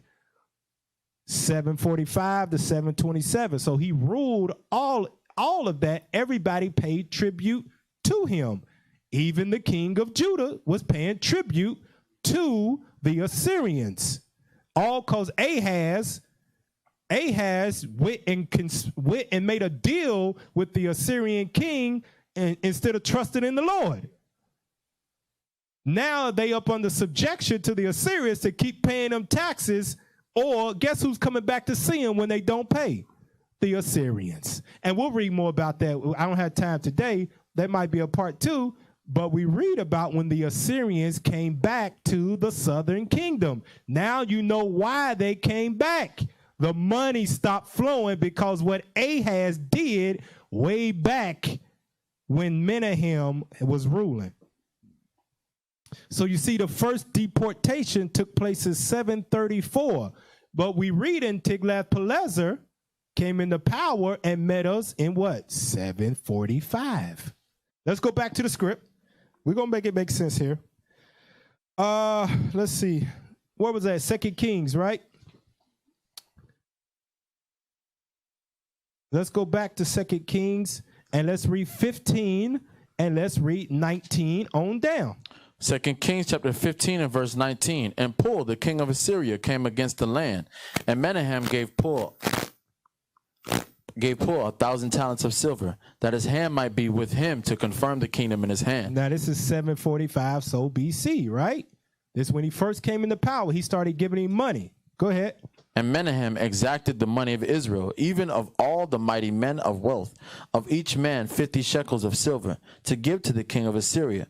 To the king of Assyria turned back and the king of Assyria. So the king of Assyria turned back and stayed not there in the land. So he left because he gave him money. He left. Now remember, we read on the deportation map. Go back to the deportation map. You see the deportation started around 734. But he met Menahem around 745. He left the land. He didn't take nobody with him. Let's keep reading and see why deportation started in 734, the first wave. Let's read verse 21. Verse 21. And the rest of the acts of Menahem and all that he did, are they not written in the book of the Chronicles of the Kings of Israel? And Menahem slept with his fathers, and Pekahiah, his son, reigned in his stead. And in the 50th year of Azariah, king of Judah, Pekahiah, the son of Menahem, began to reign over Israel and Samaria, and reigned 2 years. He reigned for 2 years. This is 736 to 735. He reigned just for 2 years, 736 to 735. Go ahead. And he did that which was evil in the sight of the Lord. He departed not from the sins of Jeroboam, the son of Nebat, who made Israel to sin. But Pekah, the son of Remaliah, a captain of his, conspired against him and smote him in Samaria, in the palace of the king's house, and Argob, and Arieh, and with him 50 men of the Gileadites. And he killed him and reigned in his room. And the rest of the acts of Pekahiah and all that he did, behold, they are written in the book of Chronicles of the Kings of Israel. That's what we read in 2 Kings. Go ahead.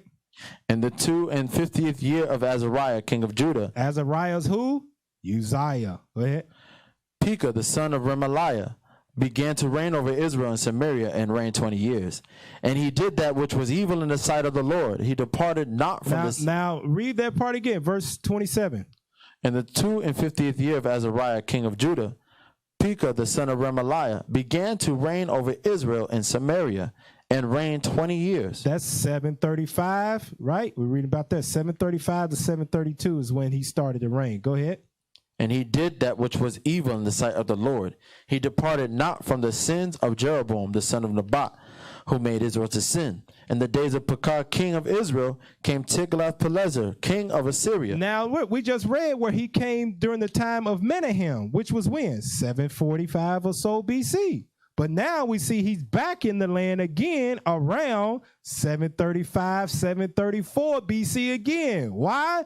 Israel did not depart from their sin.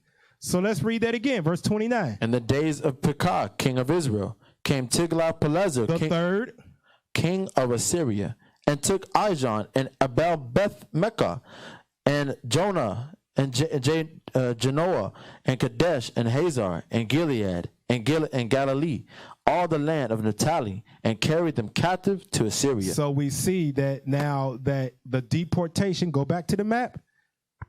This is around 734. So the first wave of the deportation of Northern Kingdom being carried off was around 734 or so BC. That's the first wave that they left.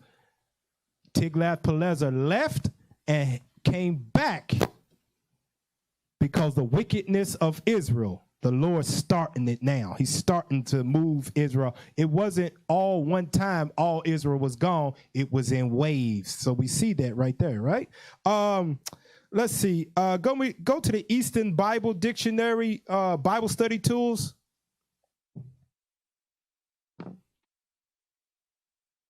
I want to just pull this up for one quick reason. Bible study tools. Tiglath-Pileser III, right? So we see Tiglath-Pileser III or Tiglath-Pilneser, the Assyrian throne name of Pul. So you see he's also named Tiglath-Pilneser in the scriptures also. He's also named that, right? Let's go to First Chronicles, because in this, we just read when Tiglath-Pileser started the first deportation, it said it says he took Galilee and all the land of Naphtali and carried them away. But it doesn't mention everybody. Read that in First Chronicles 5. Let's read verse 18. First Chronicles chapter 5 and verse 18. The sons of Reuben. The sons of who? The sons of Reuben. They wasn't mentioned back in 2 Kings, but you got the sons of Reuben. And the Gadites and half the tribe of Manasseh, of valiant men. They was valiant men, Men able to bear buckle and sword. So they was bad men. They was some bad men with the sword, right? Go ahead. And to shoot with bow, and skillful in war, were 44,760 that went out to the war. That was the people of the war, right? So you see, let me see, what was they getting made war with that?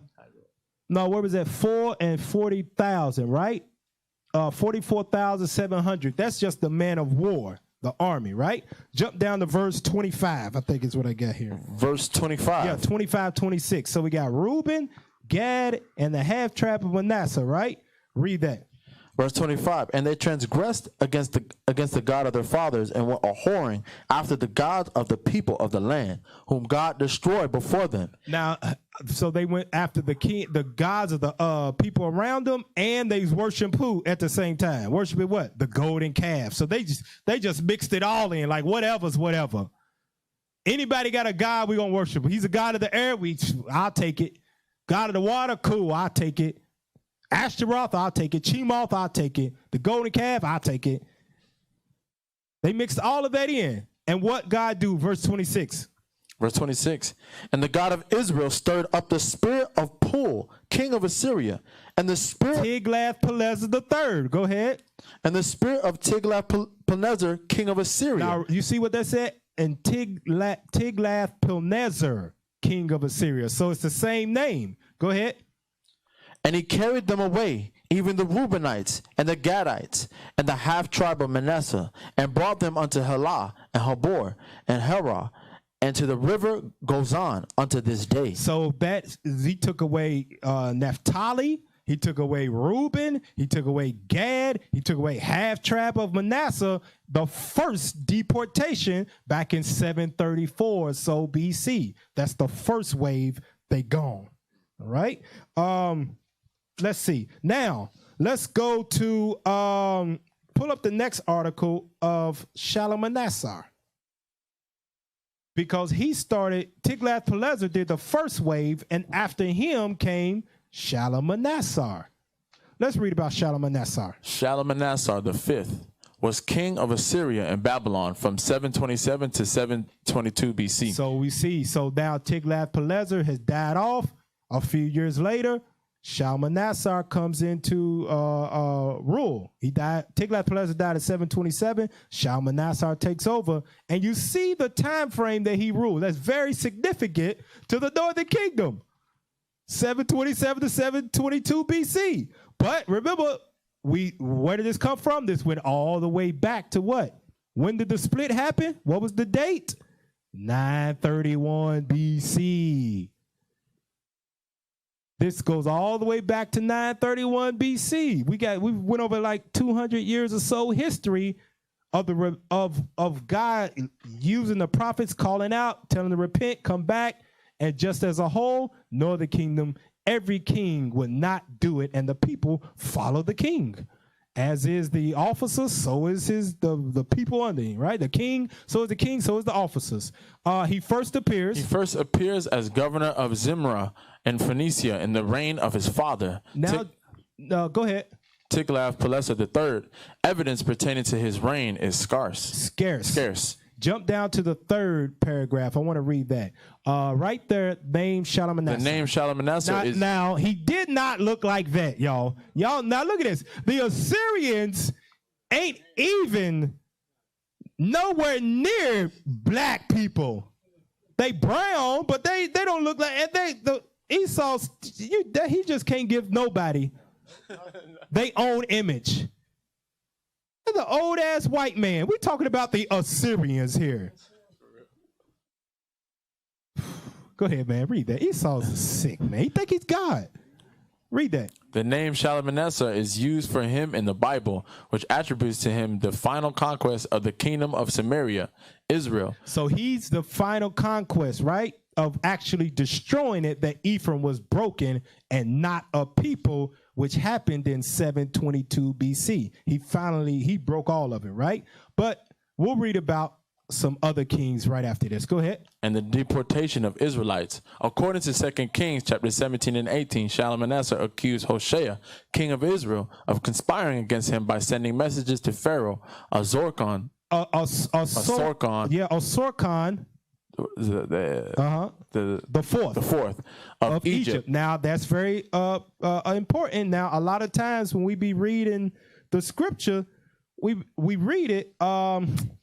Keep reading it, and we'll find out what it is. Who Osorkon is in the scripts. Go ahead. And captured him. The Egyptians attempted to gain a foothold in Israel, then held largely by Assyria's vassal kings, by stirring them to revolt against Assyria and lending them some military support. After 3 years of siege, he took the city of Samaria. The populations he deported to various lands of the empire, together with ones deported about 10 years earlier by Tiglath-Pileser III. 10 years earlier. Go ahead. Are known as the 10 lost tribes of Israel.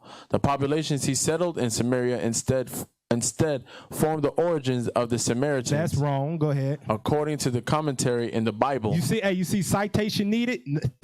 No, that ain't right. Go ahead. It is also mentioned in the book of Tobit in chapter 1, verses 2 and 15. Yep. And let you know, right. The Apocrypha's canon. They reference that thing.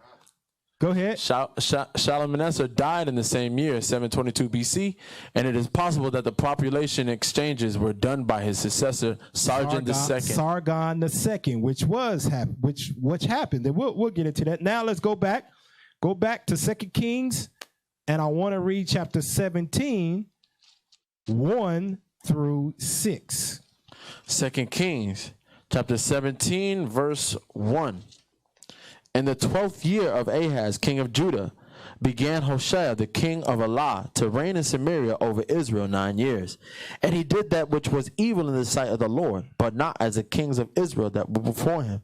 Against him came up Shalmaneser, king of Assyria, and Hoshea became his servant and gave him presents. And the king of Assyria found conspiracy in Hoshea, for he had sent messengers to sow king. So read it again. And he sent messengers to sow king of Egypt. To sow king of Egypt. Go back to the article so we can put a name, how our ancestors just abbreviated it to sow king of Egypt. But right here it reads Pharaoh Osorkon IV. Our ancestors just called him King So. but historians have traced it as Osor Khan the fourth. Just some little history to know. King Osor Khan the fourth. So let's go back to it. Go ahead, Cap. That's how you know it's really Israel, because Israel, we always give you an abbreviation or a name, like Corona, right? What we call it, Corona. We're gonna short that thing. Osor Khan. I'll post it later so you can see it. Now, let's keep reading in that verse 4 again. And the king of Assyria found conspiracy in Hoshea, for he had sent messengers to So, king of Egypt, and brought no present to the king of Assyria, as he had done year by year. So remember, they's paying tribute. Go ahead. Therefore, the king of Assyria shut him up and bound him in prison. Then the king of Assyria came up throughout all the land and went up to Samaria and besieged it 3 years. There we go, 3 years. In the 9th year of Hoshea, the king of Assyria took Samaria and carried Israel away into Assyria and placed them in Halah and in Habor by the river of Gozan and in the cities of the Medes. Now, when did this happen? When he surrounded them and they was finally broken? 722 BC. Go back to the deportation map so we can see the second wave of deportation time frame. So you see the second one, deportation by Shalmaneser V and Sargon II, who was king after him, started around 724, and that 29, that should read 719. That's a grammatical error, right? Because BC is counting down, not up. So that's 724 to around 719 that the deportation is starting. And most of us agree that that Samaria was broken in 722 BC. The second deportation is by Shalmaneser. Now, let's go back to the scripts here, and let's read verse 7. Verse 7. Well, is that what I want? Yeah. For so it was that the children of Israel had sinned against the Lord their God, which had brought them up out of the land of Egypt, from under the hand of Pharaoh king of Egypt, and had feared other gods, and walked in the statutes of the heathen, whom the Lord cast out from before the children of Israel, and of the kings of Israel which they had made. Read on. And the children of Israel did secretly choose things that were not right against the Lord their God, and they built them high places in all their cities, from the tower of the watchman to the fenced city. And they set them up images and groves in every high hill and under every green tree. And there they burnt incense in all high places, as did the heathen whom the Lord carried away before them, and wrought wicked things to provoke the Lord to anger. For they served idols, whereof the Lord had said unto them, Ye shall not do this thing. Yet the Lord testified against Israel and against Judah by all the prophets and by all the seers, saying, Turn ye from your evil ways, and keep my commandments and my statutes, according to all my law which I commanded your fathers, and which I sent to you by my servants the prophets. Now, some of those prophets, let me get it here. We all got this to reference to. Some of those prophets during that Assyrian time, Isaiah, Hosea. Go to Hosea chapter 1. Amos, Nahum, Tobit, Jonah, Micah, and Zephaniah. These were the prophets, main prophets during the Assyrian time frame. Isaiah, Hosea, Amos, Nahum, Tobit, Jonah, Micah, Zephaniah are the prophets that are telling them, repent, repent, repent, repent. Read that in Hosea 1 real quick. Hosea chapter 1, verse 1. The word of the Lord that came to Hosea, the son of Beri, in the days of Uzziah, Jotham, Ahaz, and Hezekiah, kings of Judah, and in the days of Jeroboam, the son of Joash, king of Israel. The beginning of the word of the Lord by Hosea. And the Lord said to Hosea, Go, take unto thee a wife of whoredoms and children of whoredoms, for the land hath committed great whoredom, departing from the Lord. So we see that Hosea telling them to repent. Repent, repent. And you can read Hosea. Well, remember, we're just dealing with the historical context of it today. All right. Let's go back to 2 Kings 17. So we read in 722 or around this area time frame and a little bit under that. Read on. Let's go back. 13. 2 Kings chapter 17, verse 13. Yet the Lord testified against Israel and against Judah by all the prophets and by all the seers, saying, Turn ye from your evil ways and keep my commandments and my statutes, according to all the law which I commanded your fathers, and which I sent to you by my servants, the prophets. Notwithstanding, they would not hear, but hardened their necks, like to the neck of their fathers that did not believe in the Lord their God. And they rejected his statutes and his covenant that he made with their fathers, and his testimonies which he testified against them. And they followed vanity and became vain, and went after the heathen that were round about them, concerning whom the Lord had charged them, that they should not do like them. And they left all the commandments of the Lord their God, and made them molten images, even to cows, and made a grove, and worshipped all the host of heaven, and served Baal. And they caused their sons and their daughters to pass through the fire, and use divinations and enchantments, and sold themselves to do evil in the sight of the Lord, to provoke him to anger. Therefore the Lord was very angry with Israel, and removed them out of his sight. There was none left but the tribe of Judah only. Also Judah kept not the commandments of the Lord their God, but walked in the statutes of Israel which they made. And the Lord rejected all the seed of Israel, and afflicted them, and delivered them into the hand of the spoilers, until he had cast them out of his sight. Now, we're reading about Shalmaneser. Now we know who also was during this time. Go to Tobit and let's read what Tobit is saying. So now we got a time frame of, we know when Tobit was carried out and what deportation he's talking about. Tobit chapter 1, and let's read 1 through 3 real quick. Tobit chapter 1, verse 1. The book of the words of Tobit, son of Tobiah, the son of Aniel, the son of Aduel, the son of Gabriel, the seed of Asiel, of the tribe of Naphtali, who in the time of Emanessar, king of Assyrians. And Emanessar is Shalmaneser the fifth. And Emanessar is Shalmaneser the fifth, who reigned from 727 to 722 BC. So now you got, when Tobit lived, or the time period that he was caught up in. 727 to 722 BC or so. Go ahead. Who in the time of Emanessar, king of Assyrians, was led captive out of Thisbe, which is at the right hand of that city, which is called properly Naphtali in Galilee above Asher. Read verse 3. I, Tobit, have walked all the days of my life in the way of truth and justice, and I did many alms deeds to my brethren and my nation, who came with me to Nineveh. Who came where?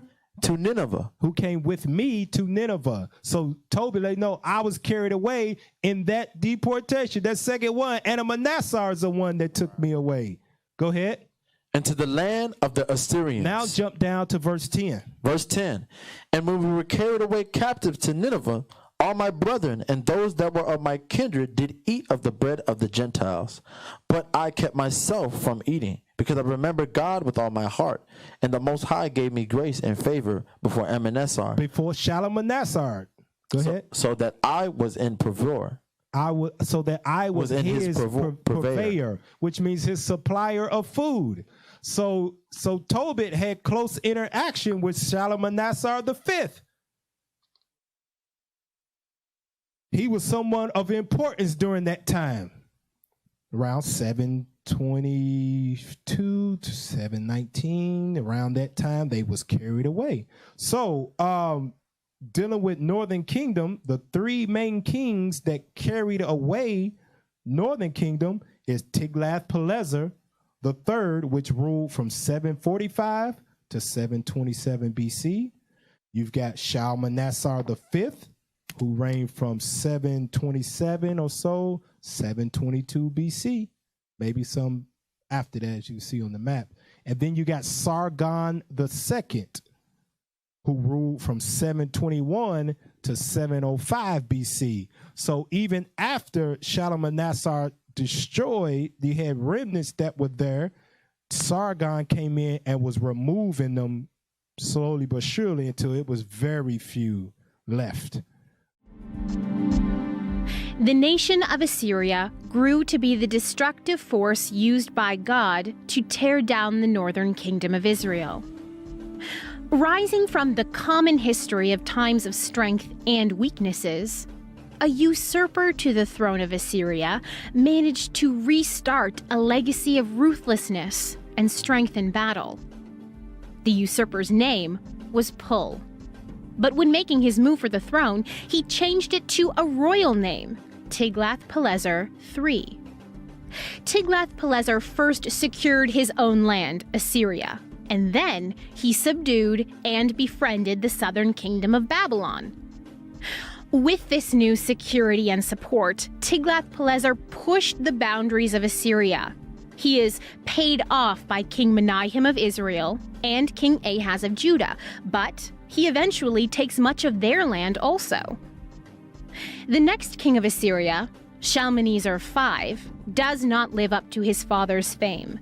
His most notable dealings are a 5-year besieging of Tyre and his famous siege of Samaria because of the rebellion of King Hoshea, recorded in 2 Kings 17. It appears as if Shalmaneser V does not get a chance to complete his sieges. He dies suddenly, probably murdered by his successor and younger brother, Sargon II. Sargon II not only regains the respect of his people, but he finishes the sieges of Shalmaneser and destroys Samaria, deporting the residents of northern Israel. Sargon II survives in history as the king that extended the reach of Assyria in all directions, from the island of Cyprus to Ethiopia, from Babylon to the northern mountains.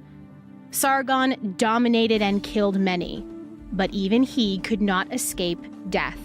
He left his kingdom to a vengeful son, King Sennacherib.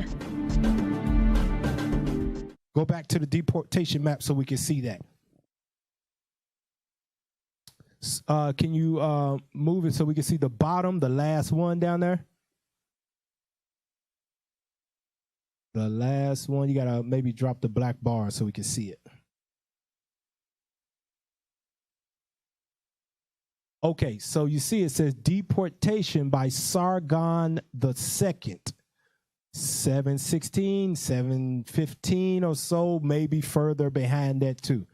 That he's deporting northern kingdom slowly but surely until there's none left. Go back to 2 Kings. We're about to wrap it up here. This is just dealing with how we started from 931 or so BC, the split, all the way down to 700 or so BC, 200 so years of wickedness. The Lord's, he's done with it. Take him away. 2 Kings, chapter 17, and let's read verse 20 on down. 2 Kings chapter 17 and verse 20. And the Lord rejected all the seed of Israel and afflicted them and delivered them into the hand of the spoilers until he had cast them out of his sight. And he rent Israel from the house of David. And they made Jeroboam the son of Nebat king. And Jeroboam drave Israel from following the Lord and made them sin a great sin. For the children of Israel walked in all the sins of Jeroboam which he did. They departed not from them until the Lord removed Israel out of his sight, as he had said by all his servants, the prophets. So was Israel carried away out of their own land to Assyria unto this day. Now jump over to 2 Kings 18 to let you, I'll just show you how the Bible, it will backtrack on history that it just talked about, just so you can get a different understanding of it. Read on 2 Kings 18 and 1. 2 Kings chapter 18 and verse 1. Now it came to pass in the 3rd year of Hoshea, son of Elah, king of Israel, that Hezekiah, the son of Ahaz, king of Judah, began to reign. 25 years old was he when he began to reign. And he reigned 29 years in Jerusalem. His mother's name also was Abi, and daughter of Zechariah. Now it's talking about Hezekiah, right? Hezekiah was who? A king, a southern kingdom king. And he had dealings with the Assyrians also. Jump over to verse 13 now. Verse 13. Now, in the 14th year of King Hezekiah, did Sennacherib, king of Assyria, come up against all the fenced cities of Judah and took them. So we read about Hezekiah having dealings with Sennacherib, which Sennacherib ruled after Sargon II, 705 and down below that BC. So he took over around 705 BC. So we'll do that at a later time, maybe a second class or so, that we'll go into how Assyria had dealings with the southern kingdom and how it played out historically and in the scriptures. All right. So that's Assyria, a historical perspective.